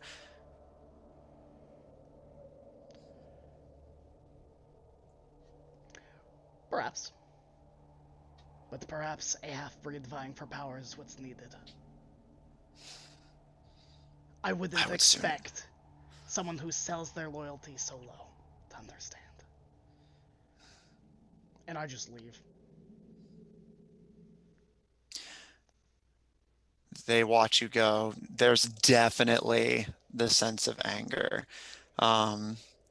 And Tails, for their part, just raises an eyebrow and watches all this go down, just kind of impassively observing, and kind of meditating slightly. Adam kind of pulls himself from your grip, Griaz, and you can see them visibly like shaking in anger, but keeping themselves calm, and looks to Tails and fix the staff, please. I'll be in the castle. Aren't you And gonna stick with him now? I'm gonna thumb over to Ivron. Wasn't that the deal? Or are you going back in there? Ivron just gives a silent nod and turns to follow Fishburne. And I would hope that Yao follows as well. Yao follows, although Yao seems a little. You notice Yao is a little hesitant with the prince. Seems to kind of give him a wide berth. And you follow them into the castle, Ebron? Yes. All right. Real quick. In the main hall, there's a nightstand. Just tell it to come on back out. Thanks. Smiles and gives you a nod, a very reassuring smile. Like, oh, he'll be in the shape of like a package, and sent to you. Yeah, Junior can grow legs. He's got these weird little spider legs just pop out. He's good. All right. And in that case, Avron following Adam into the castle, Gaharis, Griaz, and Utaka, what are the three of you going to do? Well, we achieved what we needed to do here. Next town, I guess. No, I'm kidding. I'm assuming, like, the next town and the next mystery would probably take us about a month.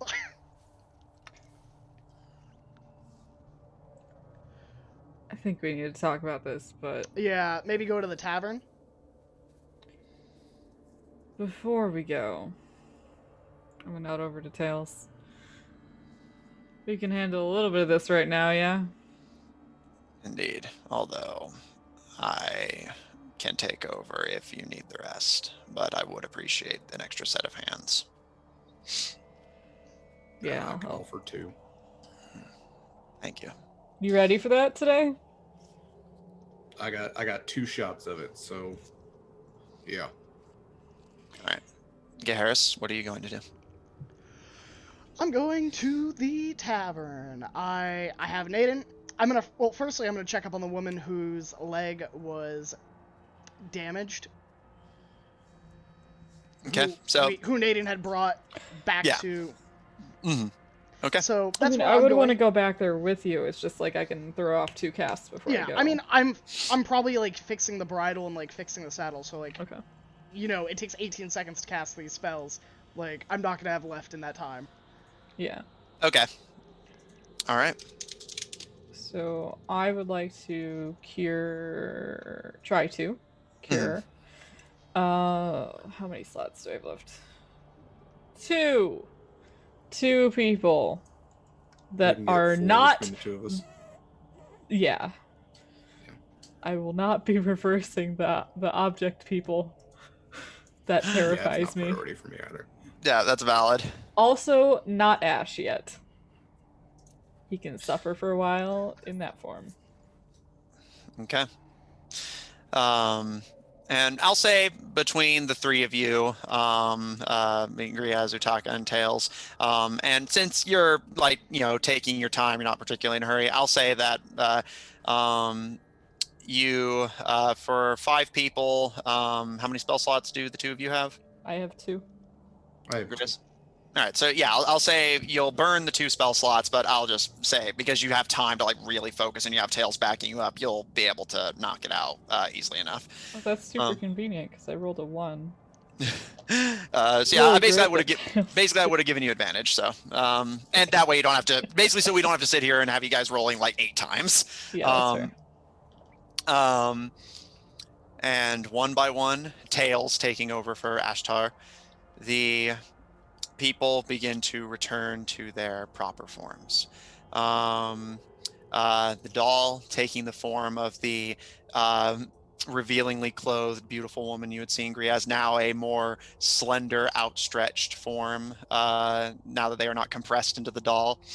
The wardrobe down into a small, somewhat on the short side, woman dressed as a noble, deeply pale skin. The myrmidon with chitinous blackish blue armor and red eyes and skin where it's revealed. The underbelly taking on a kind of orangish red color.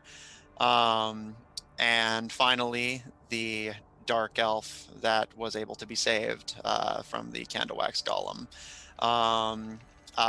A small dark elf with kind of like almost strawberry blonde hair, but like bordering on the white of a drow, and a small kind of young, youthful face. But after they take a moment to stretch out and get comfortable in their new forms, and Ashtar, of course, in his demonic true form, which still maintains its intimidating height over all of you. As soon as they get comfortable in their new forms, nobody attacks you, but there is an air of definite hostility. The woman and Ashtar in particular look livid, and they definitely would if there wasn't an understood order, they absolutely would attack you. How tall would you say Ashtar is? Ashtar in this form is actually a little bit taller than he was in the Grim Reaper form. He's about 12 feet tall. I guess I will even look up to him. Just go, hey man, remember, you wouldn't even have been in this position if you'd done your job right. This time, finally able to speak in common. My failings are not my masters. And rest assured, Hard to disagree. You can see their claws extend, and it's taking everything they have to hold back from attacking you. Extend my claws too.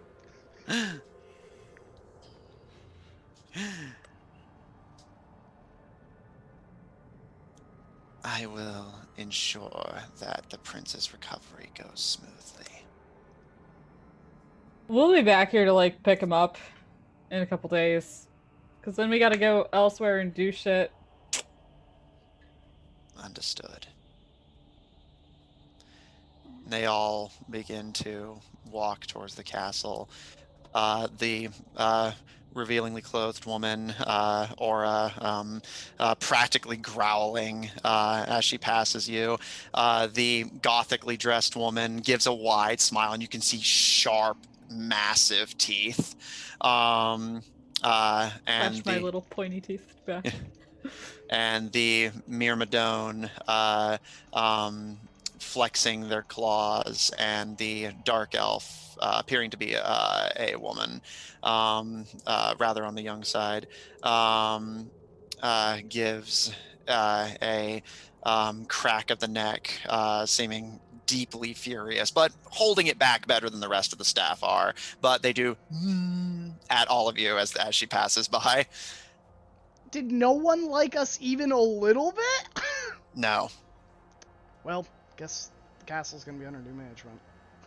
Sorry. To be fair, Hey, Villanova welcome, said by your the way. rule wouldn't be accepted. Hey, you know, everyone's happy when they get Rose from the dead. And Utaka, did you have something? Oh, I was gonna say, I'll go put like a hand on the shoulder of like two of the object people and like look the tails.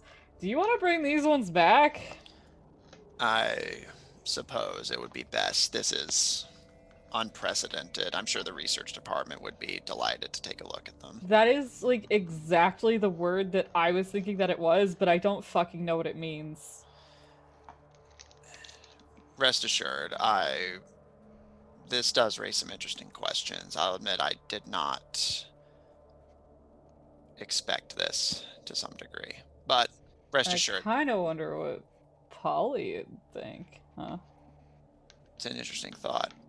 If you wish, I can report back to you with what the research team's conclusion is. Yeah. Hey guys, you're gonna go to like a place and people are gonna talk to you, and it's gonna be okay. Yeah. They all kind of look up at you, and still just muttering their phrases in Primordial. Okay. Or like in Primordial, be calm. It'll be fine. Probably. They all give slow nods, and Tails gives a wave. I can take it from here. I'll ensure they are safely delivered. And Okay. Ivron, having a bit of a head start, taking the prince inside. The doors shut behind him, and he steps slowly, his footsteps growing as you come in behind him and the doors shut. His steps begin to slow and stiffen before he stops in the center of the entrance hall. He's silent for a moment. You see their fists clench and their rings flash. And finally, they rear their head back and let out an enraged, infuriated scream of frustration. And you watch as the ground around them begins to rot and mold and crack, almost as if rapidly aging, before, as their scream finally dies, they fall to their knees, their hands clawing at the back of their head, and the floor suddenly reverses back into its previous state as Adam begins to simply sob in the center of the entrance hall. Imran will slowly approach and, bending down onto one knee, put his hand on the prince's shoulder and just try to be a comforting presence, speaking softly to him. I know that you have gone through much within the last few years of your life.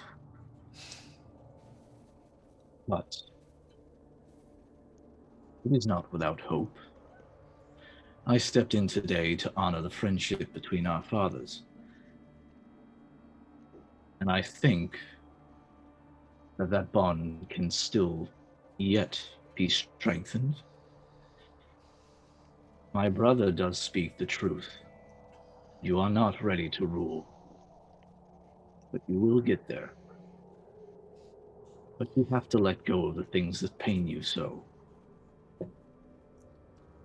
He swallows and takes in a shaky breath, and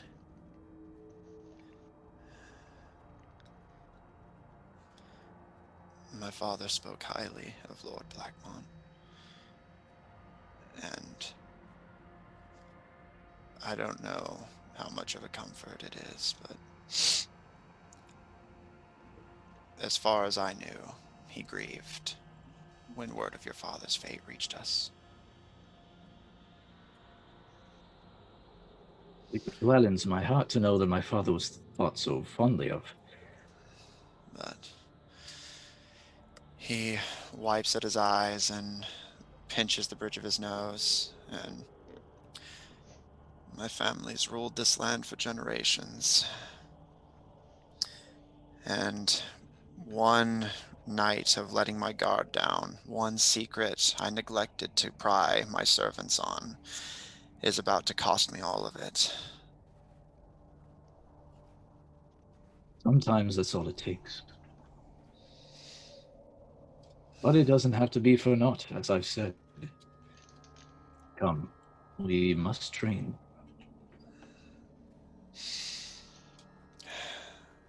Very well. He looks to you, and there's a moment of consideration and pause before he actually manages to smile, although still tears streaming down their face as they give a nod. Show me what you know, Lord Blackmont.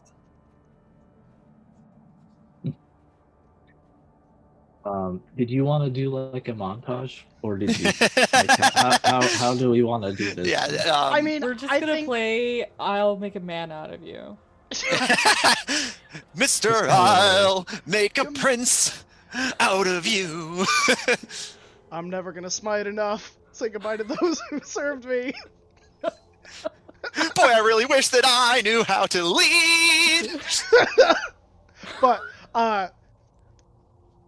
yeah, I think because it is a whole month. Is Ivran going to be dragging him with us to the next mission, or are we time skipping? Yeah, so I will say, I guess we could settle that like maybe when after session when Kari is here. yeah, I figured. That being said, as the servants rejoin their prince in the castle, Ivron, as you help him to his feet, the servants, their rage is forgotten for the moment as they all immediately begin to swarm the prince. The beautiful woman with dark hair actually outright picking him up and hugging him to her chest. And everyone excitedly both torn between furiousness at the situation, and you can definitely hear some very unhappy and unfriendly words about Gaheris. Torn between just relief that they're back together and out of the sorry state they were in prior. And you are actually approached by Ashtar, who looks down at you, and you're actually able to see now that he's in his proper demon form as he looks down at you. He appears to be blind, the diamond glasses over milky pale eyes. And they look down at you, but you can see they tilt so that their ears more pointed towards you than their eyes. And there's a long moment of silence. As you can see, their tail curling around their legs in the same way it had been when they were in their statue form. And there's a pause of consideration. But eventually they speak to you in common. Am I to understand it then that you are not the selfish half-breed that your brother is? Selfish? Probably not, but I am a half-breed. Though I do ask that you watch your tongue when speaking about my brother in front of me. Apologies, my lord. And to his credit, he does seem sincere as he gives you a bow. You understand my vexations. My lord and master who I have served faithfully is to be punished for a failing on the part of myself. And for such a crime, I would happily throw myself from the castle rooftops to my death, were that the prince's wish. And you can see Adam kind of look over sadly. You get the impression that Ashtar says stuff like this a lot because Adam doesn't seem surprised, just sad. It may be your prince's punishment, but it is your failing. And these things happen in life. Oftentimes, those we teach tend to be misguided and make the wrong choices. We might be to blame, but we are not the ones to be punished. Help me to rectify this. I am not here to stand in the way of my brother. In fact, I believe him to be right in this. But I do not think it fair for Adam to come out of the state that he was in and be tossed into a duel with him, unprepared. And now that I've seen the loyalty that he commands in his staff, I do not think him inept, just inexperienced. And that is also a failing of my own. He looks to the staff who are all just gathered around the prince and gives a sigh. My master lost his father that night, but we all lost our master, the person we were to serve. And it was a place to be home, where there is nowhere else in such times. He gives a shake of the head, but my grief at losing my master and inability to transition properly has left my master vulnerable to outside threats, and that is a failing of mine, not of his. Rest assured, were you not in the position I envy to be his teacher, I would happily take it upon myself, and I suspect I would be in sharp competition. And he gives a sharp-toothed grin to the rest of the staff, who you can tell all immediately, like there's almost an unspoken, they would all fight each other to be the person who gets to teach him how to lead. Ron smiles, but he's actually very unsettled in this moment. Like, oh Jesus, what did I just step into? But he just gives Ashtar a bow and steps out of the way as everyone is rejoicing at the return of their prince. And given the circumstances, I think that is where we're going to end tonight's session. No. I want Utaka and Griaz and myself to have a conversation. Okay. Otherwise, I'll forget. Okay, fine. Because it's going to be 2 weeks, and I will forget. No, I know. Just you said your phone was on low battery, so I wanted to. I wanted plugged to it be in. expedient. I plugged Okay. it in. Smart cookie move. Fair point. Okay. So, If Ron has Utaka, just, I can allow the staff to rejoice with their ruler. We turn our attention to Griaz, Utaka, and Gaharis, freshly off of helping as much of the staff return to form as they could. Rejoin each other at the tavern, I assume, unless any of you have errands you want to run on the way. well, I think Isn't the Utaka fine wanted to berry catch there? me going to the house, or going to the horse, right? To Naden. I mean, we were gonna leave when you left. Oh, right? okay, yeah. Yeah, so I guess Yeah, Well, just I go might need Junior to to hop get on the back horse out. with you because Yeah, we it's sent fine. Barry back to town. I can carry 2 people. Or Naden can. I just wait Okay. for Junior to get back, and if I need to turn into a horse, I can. So Oh yeah, Junior. If Ron would have gone over to Junior and been like, "Hey, buddy, go home to Daddy," All and right. and Yeah, Junior don't forget scuttles your out, ramen. bye, bro. and you watch as it kind of leans so that the rod starts to roll off of the nightstand and open up a drawer to catch it, and then start immediately scuttling towards the door. And Griaz, you see as they hop down the porch, they immediately start kind of like having to like hoppy step because of the cold. I got you, buddy. Come here. Quickly. They immediately jump up into your hands and like pull their legs up into the table, seeming just happy to be off of the snow. Oh, you're getting big. All right, yeah, no, go on back to your shield there, buddy. I got the I got this rod. Put it back in my bag of holding. All right. So, making your way back to the tavern in the village of Ground, Gaharis, with Utaka and Griaz shortly behind. You have something you'd like to say? Well, I think that went rather well. Yeah, it certainly could have been a lot shittier than that. I will admit, I think that it would have been easier had we killed them as a house. Yeah, I was starting to think that too. I think that would have been easier, yes, but better in the long run. I don't know. Probably not. Which is why I challenged them to a duel. I don't have any grudge against them, but we all know what is to come and what we are dealing with, and he does not. Okay, Harris, what's your long-term game here? I mean, he apparently wanted to be an ally. If he comes back strong, is there going to be a point where he is going to be strong enough for you to go, okay? Or is this about something else? I don't know. What were you lying about back there? Me? No, Oh. him. Oh. He didn't. He was playing around in my zone of truth, huh? You have got me? But again, I knew you would. I know things. As do I, as I am quite capable of casting that spell myself.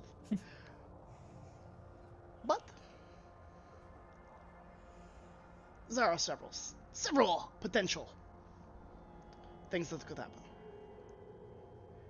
The Hell Knights have not responded in 1, 2, 3, 4, in however many letters Ivran or myself has cast or sent to the ranks.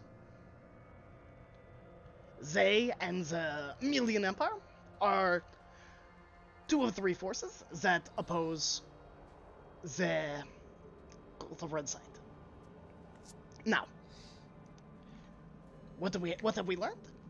That the Hell Knights, the Goldshine Investigation Agency, and several other allies and heroes barely beat the priests allied to Gesser. Now, what happens when one side of a triangle breaks? And let us be honest, we have worked for the investigation agency for a while now, and I've come to learn a few things. One, that we seem to be almost the only ones capable of achieving any victories of substance. Two, Meester did something she when we did. weren't there. I will not downgrade that. She did. But I am also I equally suspicious necessarily of Mistra. mean that means she's like on our side. Like, are we like on the same page on that? I am not 'Cause, sure I where mean, she like, it's stands. great that Ivran's not here, because I don't fucking think I trust her. She is the only person who, within the Goldshine Investigation Agency, gives off that same aura that the Gold of Red Side does. Yeah, and she's all like, "Oh, it's because I've been like against them for so." Like, what the fuck is that bullshit? I don't like, believe it. We've been surrounded by them, and we're not doing that. However, we have no proof either way. So, I do not know. And not knowing is, well, let's just say Ivran has his pet peeves. I have mine. But I could have made allies with a individual whose father, when push came to shove, decided to ally with the Cult of Red Side. Now, I don't know about you, but there are several deals with devils involved with that family. There is always a debt owed with power gained. And that is a principle of life. You know what is better than an ally's army? An army that is loyal to you. Because what happens if, for what I fear, that Adam is not competent enough to hold his own, and he falls in a battle? All of those forces will flee. They will lose heart, and we lose an army. If he is strong enough, then I have no issue. It means he can hold his own. Then we gotta watch our backs. Indeed. But at the end of the day, we need an army that is allied to us. Because if, let us say, puts the devil on the other foot, if Mistra is against us, what happens when she makes her move in the Goldshine Investigation Agency? We already know that someone tampered when we went to Nightmare. Someone on the inside. I don't think it was her that time. I don't either. But what happens when we can't count on the agency? When we cannot count on the Hell Knights, on Veilbright? We have each other, of course. But as much as I think it is nearly impossible, I don't think that we could fight whatever is pulling the strings. And and quite honestly, I don't think that we stand a single chance. I don't mind playing charades and being the funny tiefling that everyone underestimates me to be. But a day is coming when we are going to need people loyal to us and us alone. there is going to be a day when we cannot call on anyone else. And for that, if I have to stomp, crush, blackmail, if I need to dirty my hands to save thousands, I will. Because what is 100 in a sea of 1,000,000? We are fighting creatures and beings that break the very way magic works. You cannot tell me that we understand our enemy, because we don't even understand how they get their power. We don't understand a single thing about them. So, We're learning. we We've are been learning, but as much as we're learning, they know so much about us. They know what we want, they know who we're close to, and they know what we're capable of. You think Why that... wait? Hmm? Why wait? We know where that lord is. You're talking to two people who can get out. I can get in without being seen. I can take out that lord in the night. Hell, you could even hand me that gaslight. Just say something like, "You want to fight Gaheris now?" Something simple like that. I don't even have to kill him in his sleep. I've done a hell of a lot worse than that for a hell of a lot worse reasons. You're talking about sitting around for a month? You want to wait that long? Personally, I don't. But... Not tonight, but... I would be the number one suspect, of course. I have blatantly stated it. And the gaslight, while powerful, is not... It is not flawless. I tried to use it on Villanova. It failed. I have tried to use it on other cult members. It has failed. If he or any of his retainers are powerful enough, it won't work. Now, if we had a way to banish the devils back to the abyss or to the hells, that would surely weaken him.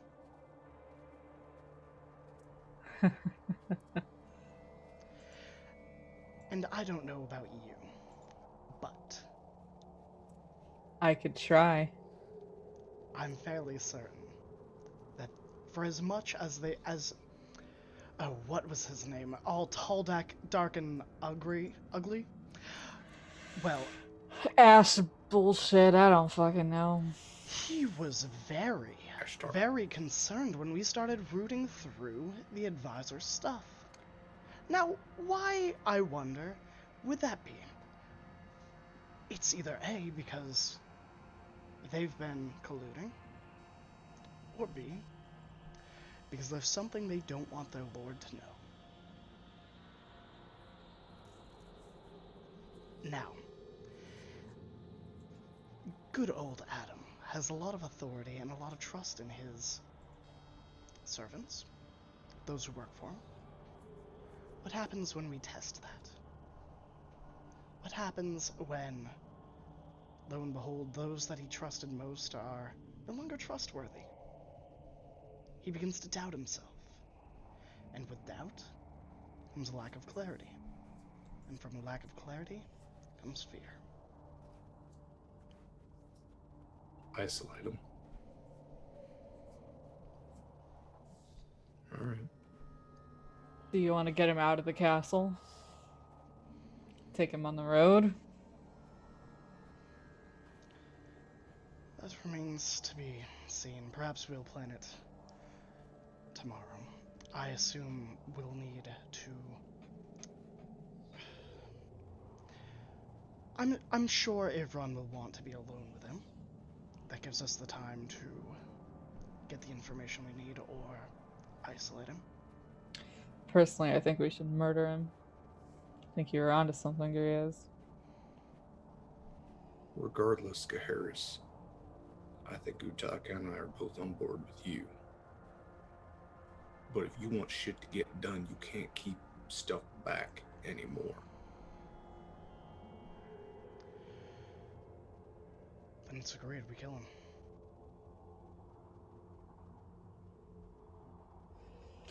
Your brother won't like it.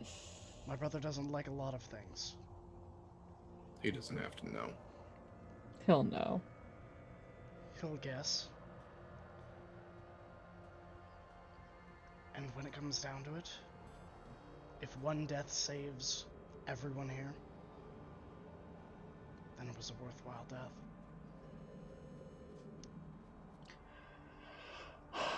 I agree, Griaz.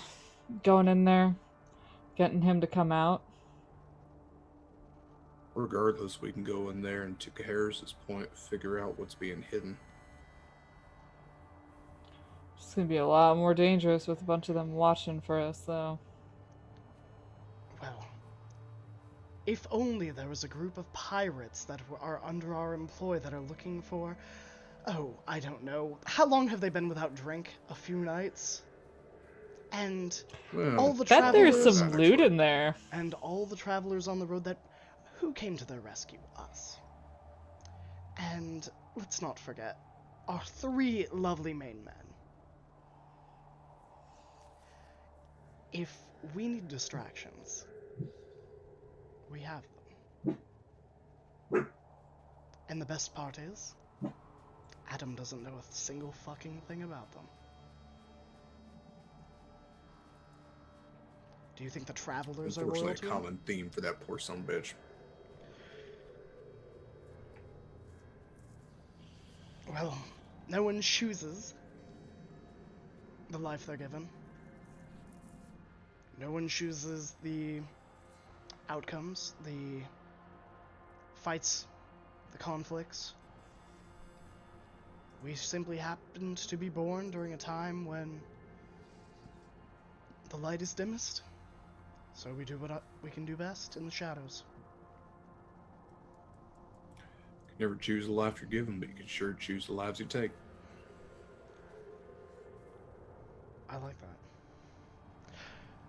Well, I suppose I should put back on my face. That is a wonderful idea, Ivron. I surely think that you are so wise to assist this Adam King. Oh, so noble.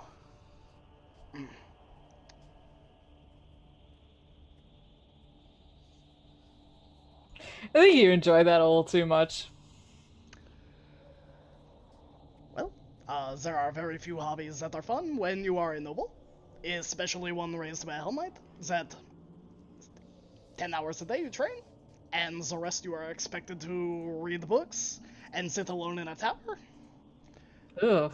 You find the ways to, keep yourself busy. Now, Ivron, of course, would never skip a lesson. But there is one lesson I learned that Ivron has never learned. Is that people will always underestimate you if they are already believing the worst out of you. Ivron, the golden boy, people will always expect the best. Which is why Ivron, one day, will be manipulated and used. Because people will not think to question it. Me, I know what I am and I know what people see me as. You think that's what Maester's doing with him? I don't know. It's possible. It's entirely possible it could She be someone has else. to know that we don't fucking trust her. And she's getting all up there with him, spending all those hours. It's entirely possible. It probably wasn't Melvin, as he was the one that told us that it had been tampered with. Which leaves Tails. Or... I don't think it was Tails. So, weird question, Matt. What's up? Have I ever read any stories about liches? Make a history check. I'd love to. I'm gonna use an at 20, my last one, for a 22. Have I heard of For liches? this? And more important, oh yeah, because I have a theory. Okay. Have I ever heard of liches embodying or taking control over time of the people that kill them?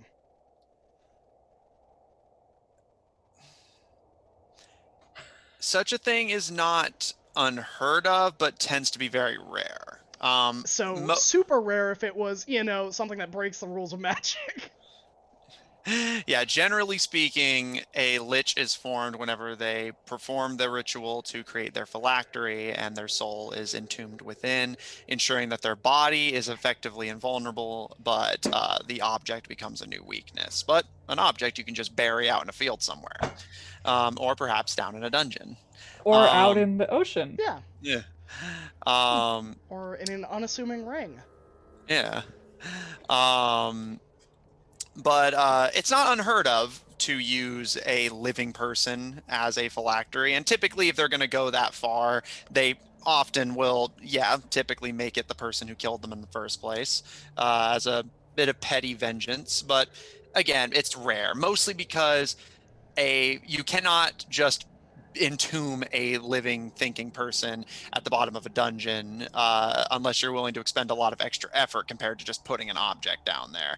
A living phylactery creates problems that in the short term far are outweighed by or rather far outweigh the long-term good that having a thinking feeling phylactery can do. So it's not unheard of, but typically rare, less out of because it's harder or anything, and more because most just wouldn't bother. It's a lot of risk for little reward. Okay. Well, but liches overall you are very familiar with. Awesome. Now next time we fight a lich, I'll at least know that. Okay. So that so my thought? The priest is no doubt still alive. Yeah. However, there is a chance that we are still catching them before they wake. Which means we have to go fast. Which means we don't have a fucking month to sit here doing nothing. That is true.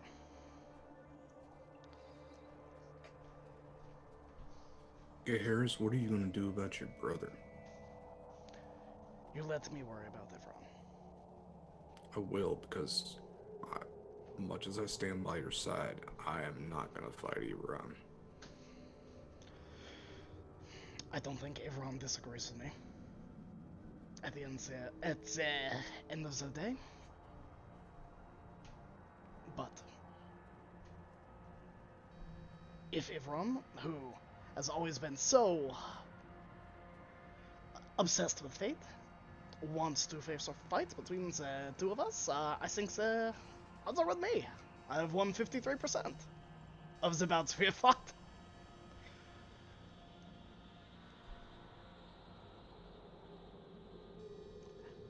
However, I think that Ivron is smart enough to know that if I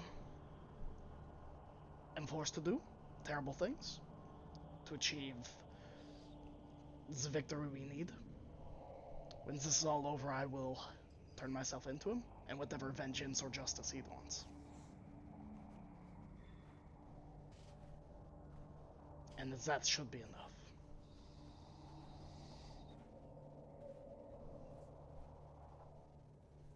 Alright.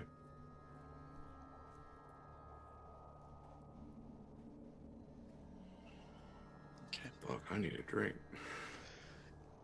I will order a bunch of drinks. Just keep them coming. Alright. I will detect poison on all of them. Now that I know that we're dealing with devils, I am under the full assumption that any plan we have, they definitely have the same plan.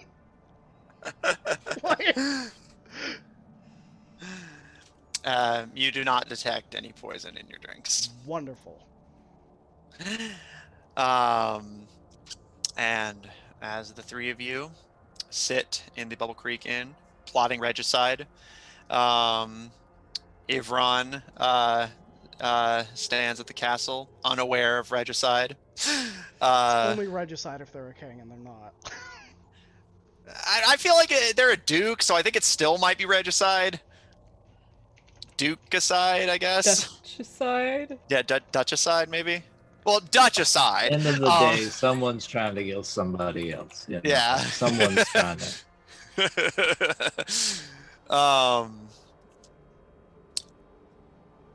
Ivron, you watch as the family of choice reunites, unaware or simply choosing to put off thinking about for the time being the deaths of them all being plotted a mere few hours away. And that is where we're going to end tonight's session.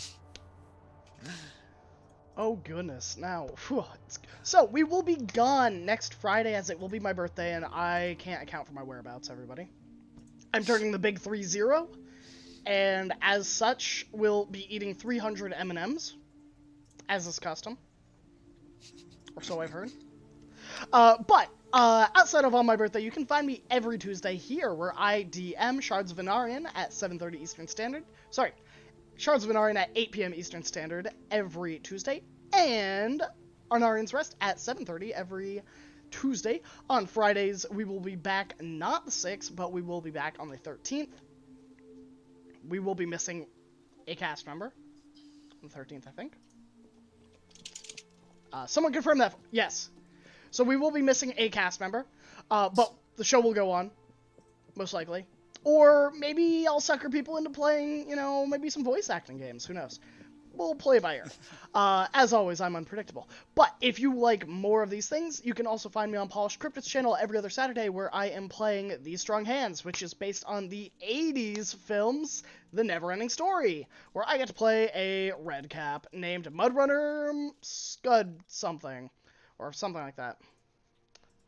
It's been 2 weeks off. I'm sorry, but you can also find me on a variety of other channels. The Games Tavern. I am in the Baba Yaga's Grift, which should be airing, I believe, next month. Which will be a 4-shot on the channel. Outside of that, you can find me on Twitter, which is at GrahamCrackers with a Z 1. But more importantly, I am joined by a lovely and fantastic cast of players that are doing tons of exciting stuff, and I would love to hear about that. Hey, gladly. Jump in here real quick. Hi, everybody. I'm Derek Sword. I played as Bramblepelt. I will be gone the week of the 13th, so sorry, I'll miss you. But if you do want to find more of the stuff that I do, the best place is Twitter at dsword16. Tomorrow at 6 p.m. Eastern is the finale of Season 1 of Horizon's Call. I DM over on Eva Steroid's channel. It is an oceanic campaign set in the homebrew world of Damaris. The crew of the Innocents have just Deus Ex Machina'd themselves to level 20, and they are about to face off against the Great Unbeheld, the God Queen of Krakens. It's gonna be big. It's gonna be big. Check that out, 6 p.m. Eastern Time, Eva Steroid's channel. I am also right back here on Graham's channel every other Tuesday, including this coming Tuesday, for Shards of Anarian. So I play a Knoll Ranger named Verban, and I am joined, of course, by Graham as our DM and the effervescent Pharaoh. It was an adjective. I went with it. I'm also the co-host of the podcast Monster Crush. If you enjoy monsters as much as I do, if you love learning about them and think they're like super cool and also like kind of sexy, check out Monster Crush wherever podcasts are found. My co-host Heavenly and I talk about different cryptids, creatures, and miscellaneous abominations, and we learn about their history, and we also talk about whether they'd be good to smooch. So, if you want to squeeze those chrome clappable cryptid cakes on Mothman, check out Monster Crush. That is it for me. I'll hand it off to whoever's next. Hey guys, I have no idea how to follow that up, but you can find me here next Tuesday for the Shards of Anarian at 8 p.m. Eastern, where I will be playing Sindra Staudermain, a Leonin, as we delve and try and murder a wizard. Fun stuff. And then we'll be off next Friday, but returning the following Friday for this lovely game. Otherwise, you can find me on Twitter at Ferocious in the chat. And I look forward to seeing all your lovely faces. I guess I would go next because we want to make sure we save one of the best for last. I was Matt, your DM. I played everyone who wasn't those guys or Ivron. I was the house. I was the prince. I was a demon. I was the devil. I was the devil. Uh, if you want to see more of my DMing with just as much, if not more, regicide, check out my Tuesday streamed game of Black Ink and Blue Blood on Tuesdays at 9:30 Central Daylight Time on the Odd Tornado Productions Twitch and YouTube channels, taking place in the same campaign setting but elsewhere in the world, featuring a party of nobility trying to unravel and defeat a political conspiracy. Currently traveling through the Underdark on a dinosaur-filled island, helping Ivron's daughter fight a rebellion against one of their enemies because it aligns with their political interests. So lots of regicides happening in my games. Total coincidence. If you want to see more of my writing and lore and just some world building on this campaign setting in general, check out my webcomic Undercommon on Webtoon and Tapas, featuring one of the first goblins to ever become an adventurer long after the monster on human drama of this time has at least metered out, if not gone away completely. And if I'm forgetting anything, or if you just want to see more of mine or other super awesome people I get to work with stuff, check out Odd Tornado Productions Official on Tumblr, where we have links to all of our stuff. And if you really like my DMing and 2 campaigns just wasn't enough, I'm going to be starting a additional streamed game. The exact date has not been decided yet, but you can look forward to it. For those who have seen my content on YouTube, we will be picking back up with our first campaign, also within the same campaign setting, featuring a party of globe-trotting treasure hunters gathering the keys to unlock a mysterious door. Currently traveling through a hurricane-addled land to get Quetzalcoatlus's armor. So that's going to be fun. It's going to be a bunch of new party members. They're going to have a bunch of legendary items, very big magic item campaign, a lot of fun. And if any of you just love 3 of my DM games so much that you want to join one of them yourself, I will also be starting a paid campaign in the coming weeks. I've already got a couple people on board, so if any of you are interested in that, feel free to get in contact with me over my Twitter link in chat or wherever you happen to be able to get a hold of me, and I would be more than happy to discuss including you in that, taking place also in the same campaign setting, far in the future, where technology has advanced, armies have grown, and adventurers are starting to become irrelevant. And you'll be playing a party of adventurers trying desperately to hold on to relevancy in the face of inevitable progress. And that's about it for me. I know that was a lot. So take it away, Jeremy. Oh man, oh boy, have I got news for all of you. My name's Jeremy. You could, I don't. I do. You do? Oh yes, more about my Mondays. Well, first let me get through the Fridays. You can find me here every Friday at 8 p.m. Eastern. This is really the only place on this channel that you can find me. I'm not doing anything else outside. I do have Twitter under the handle Darkstride. So you can find me there. But again, there's not a whole lot of activity. However, on Mondays, again, you can find me here, and we will be doing MMORPG Mondays. What did we decide on calling it, Graham?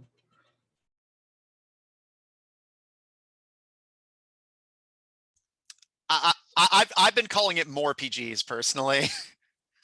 Well, there you go. Take it away, Graham.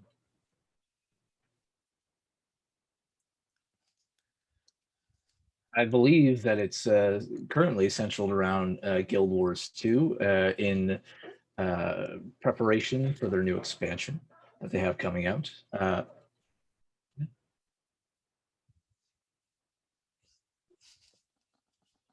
Nope. Why don't you tell us about it, Graham?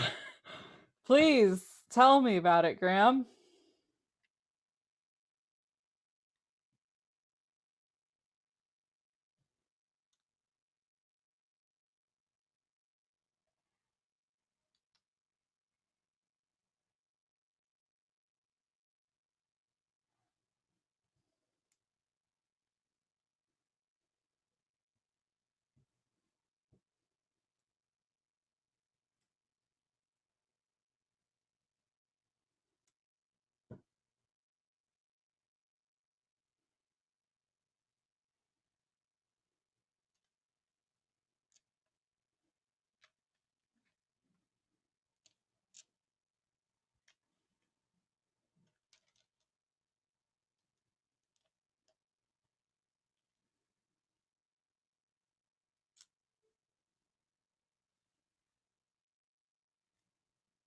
Who we raised from an egg.